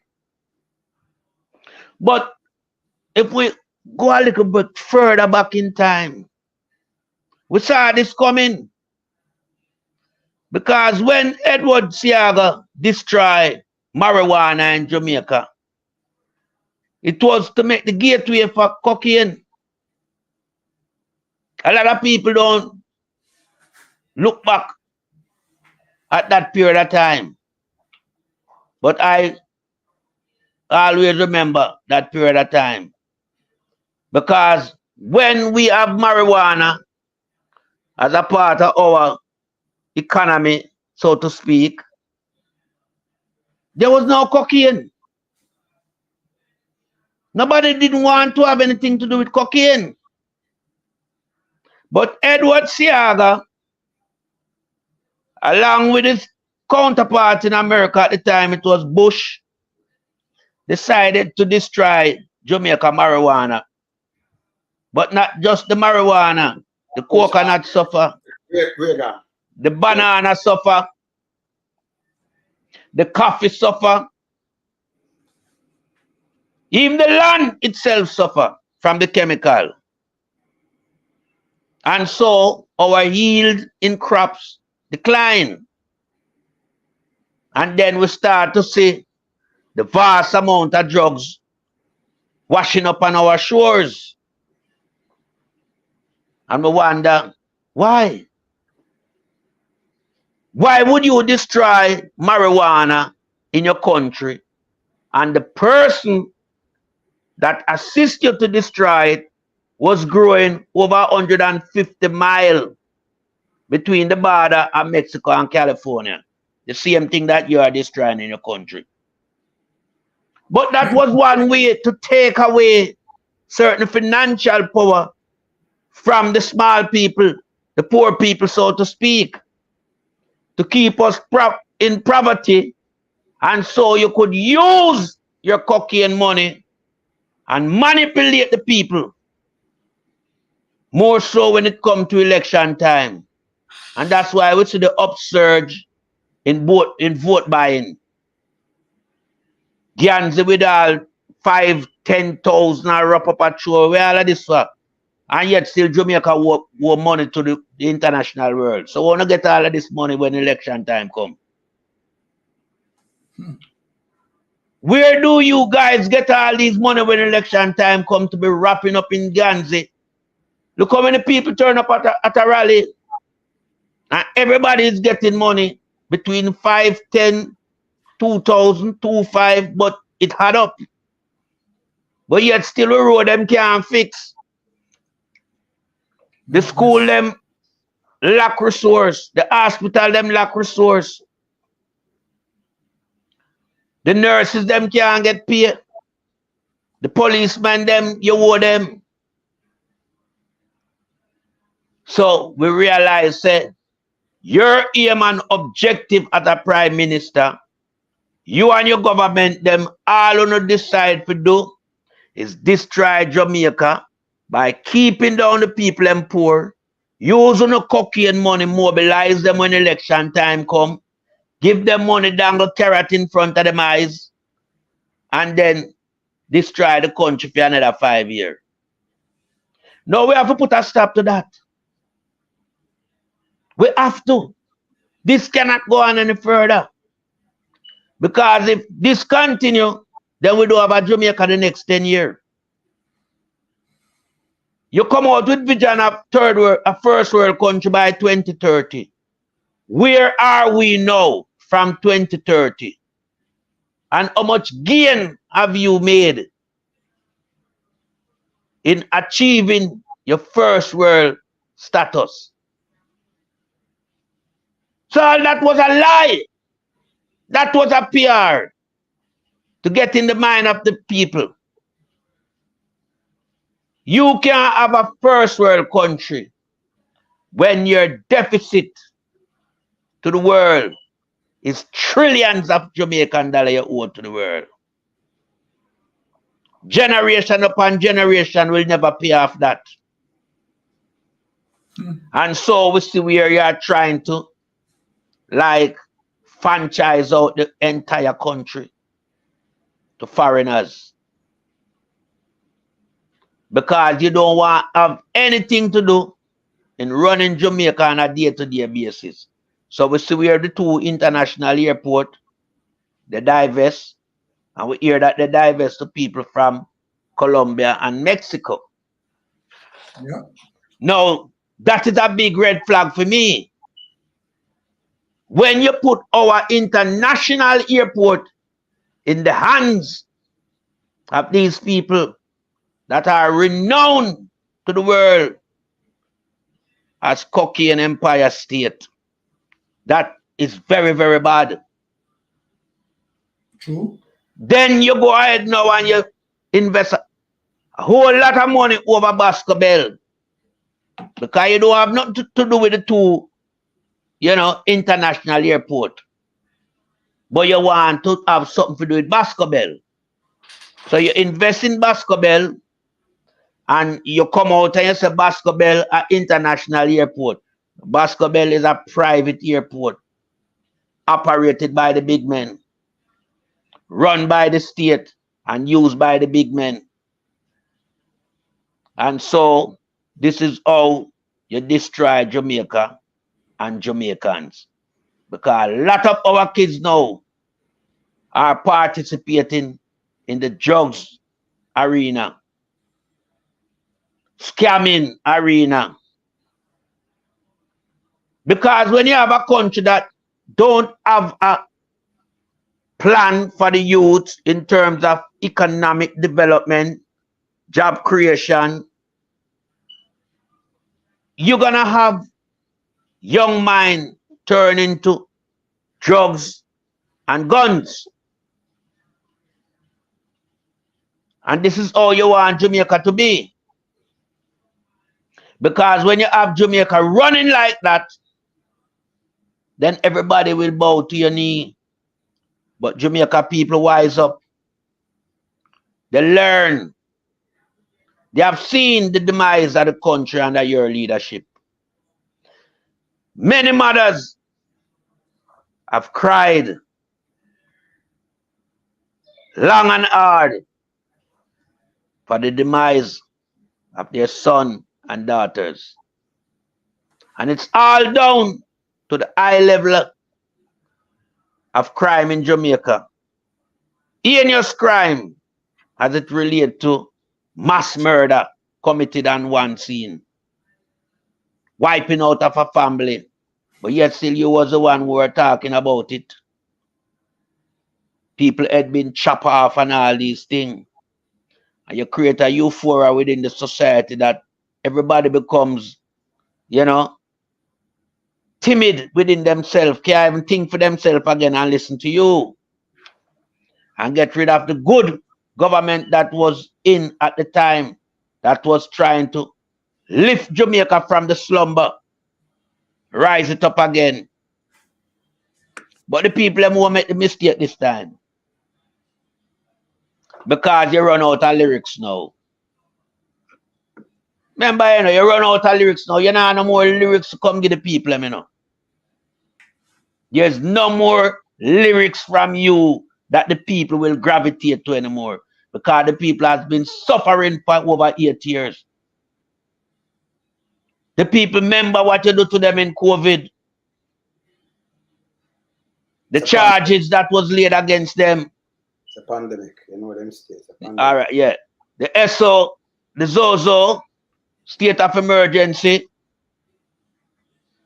Them know what them go through at your hands. So all of the funding will come for them, you take it away. Nobody now swing with you and sing with you anymore.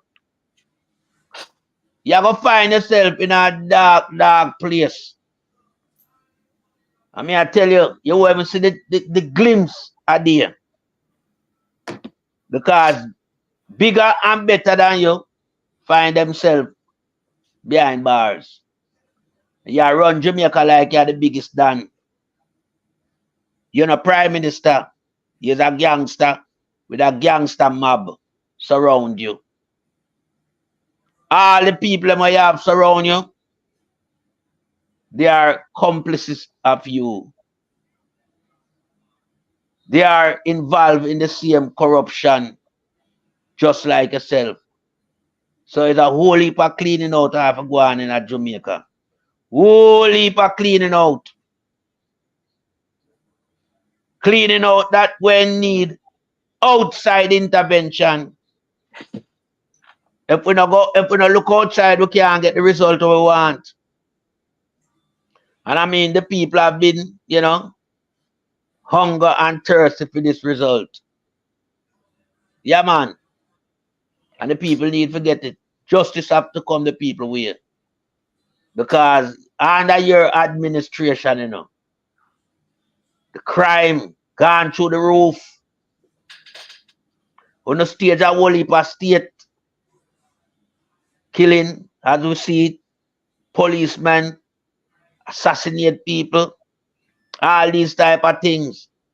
And those crime just swept away, washed down the Rio Grande and the Rio Cobre and Black River. Everywhere, gonna see. No, man, can't happen. Can't continue like that.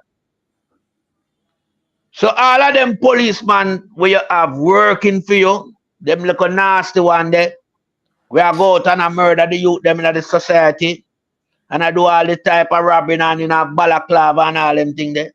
Them thing they have to go stop.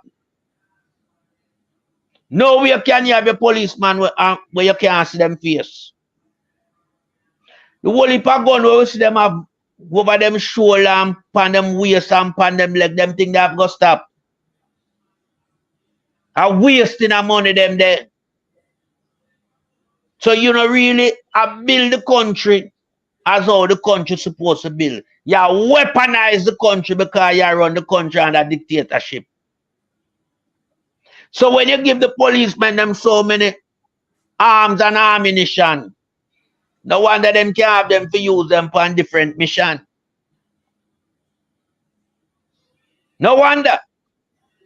Because these little youths cannot afford guns and ammunition, you know. We've been telling you over and over. And we've been letting the people know that these guns and ammunition have a fuel line to it.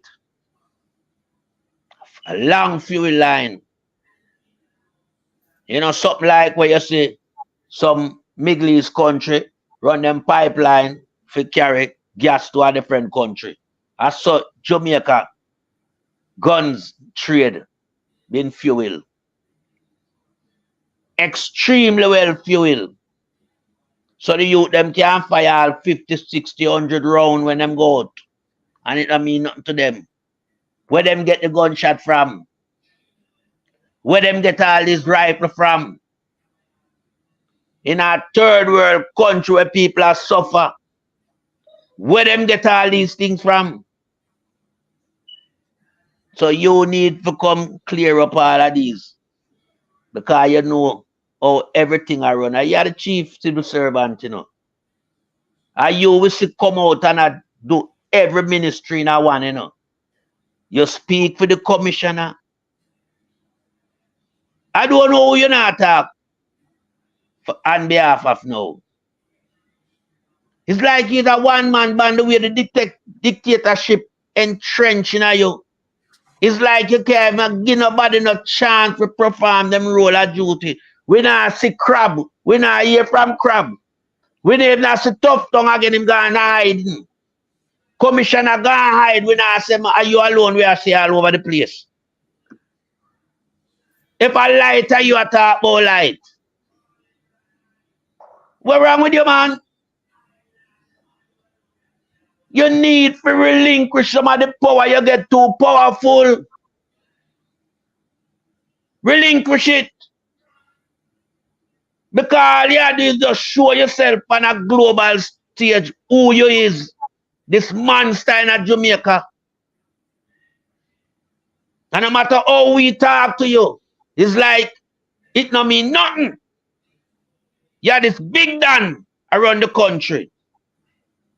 You know, like in a different stratosphere. What's wrong with you? To me, you're just an underprivileged, you know. That's been given privilege by the people of Jamaica. Because you don't come from nowhere. You're not educated. You don't come from anywhere. And you should have treated Jamaican with more respect. So this little cliques where you go buying yourself around, I don't think any of them go St. Catherine High. They're more like Campion and them school. So it's like you leave from an institution and find yourself amongst the elite. And, you know, you form a gang. Yeah. From you in the ministry, your first job, you're a thief. Everybody come behind you do the same thing. And you try to get them off of, you know, them crime where them commit. Ruel Reid. What you do about him? What you doing about Ruel Reid? And the Ministry of Education money? What you doing about Patrick Bailey? You know film big case already, you know. Yeah? I only let him go scot-free. Because him have your secret. Him know your things. What you doing, Nigel Clark? But you can't do nothing to them. If anything, I them for do to you because them know every intricacy of where you're going with. All the money where you thief. The finance minister know. Patrick Bailey know. Ruel Reid know. And many more know.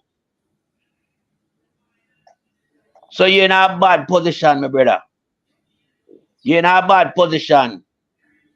And I mean, we have some very big organization in Jamaica like the church, you know. We see them silent. Me and no Juno from there upon the program. We notice on the silent pan all the killing, the cocaine, all of these things on the silent pan. Even the hospital. We on the same one have to use on the silent pan the deplorable condition. It's like not nobody only in a Jamaica apart from on a collection. We soon run out of lend support to, you know, one constitution where not gonna wait. But when I endorse it, say nothing wrong with it. We're wrong with the church. Wake up, man. We don't need to play a more justifiable role in the society. Because the society is what make the church function. But yet still, we don't have no heart for the people of Jamaica. As an international body that you find right around the world, we should have a stronger voice in the Jamaica politics. We don't have to be no politician. But we don't need to give advice to the politician them when we see them go wrong.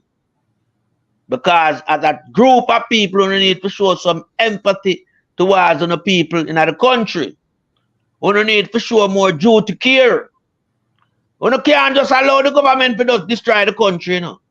What's going to be left of Jamaica? I want to just sit down there and just allow these men to just ravish right across the island in every sector. Eh? Look for my crime statistic. Highest in the region. Yet still we're not fighting a war. What we have is a civil war on the ground. That's what we have in Jamaica, a civil war. And that has to stop. Yeah, these people, we're going to have on an extra, because I lied. Like I'm going to wrap with you, but you see, me have to match up my vehicle. Yeah. Like the minute I said, not again, you know, because we're going 3.5. And I see again. Yes. So, me I wrap up my vehicle and tell me I'm going to eat my vehicle. You know what? Well, we know how it go. But you see, tonight, Father Lonesome, tonight is, you know, is a night when, you know, the floor stand firm. Yeah, as man. manly height. No, Yeah, man. Because me I tell you, you know, Mystic deliver a speech, you know, me have to just stay and go and listen. Because I mean, what can I say that was well received? Well, You I mean, understand? your thing was well received too, because I enjoy what you were saying. You understand? I mean, every single one of us on the Titans here, right, has the ability, the capacity to bring it. Of course, we have something like that. Yeah, man. Yeah, Let man. me just tell them again. The 8th, on the 8th of December, you have the Titans and family. Where is that, you know? Yes. Boy, that a worries again. Worries again. In Toronto, the Titans. Yes.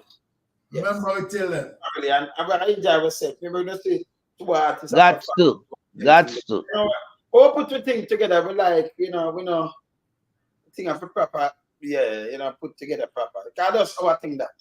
I remember the 31st, you remember the 30th, you remember say, Ratty, yes.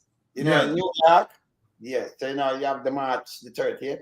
Yeah, man. Ratty, yeah, man. Same, and family same way. And then, the 31st, so we have the treat. Yes, we have a treat. You have to do that back to school treat where you give back some things to them little youth and them thing first.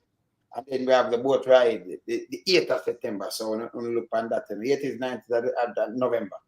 And then my man Jerk Strong, so in December. So and then my 26th anniversary, December the 19th. So so we have to do something about that, All right. Remember your anniversary them go up more and more. We not follow some people now. We not live for them kind of life. We live some, yes. More can chat and chat one bag of bullshit.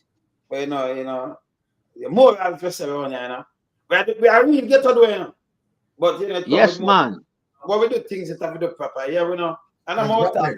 A street furniture thing, I know my style. That's the thing that, man. I'm up and like post. None of my style. See? My style, like, see? We don't know my thing already, See? Yeah, man. Yeah. This is. Well, I mean, I think.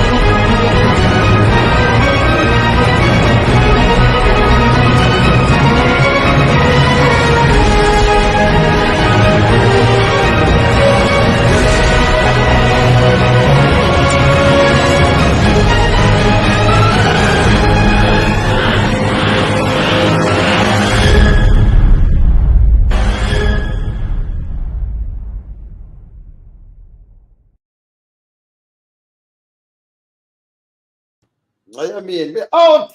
Out!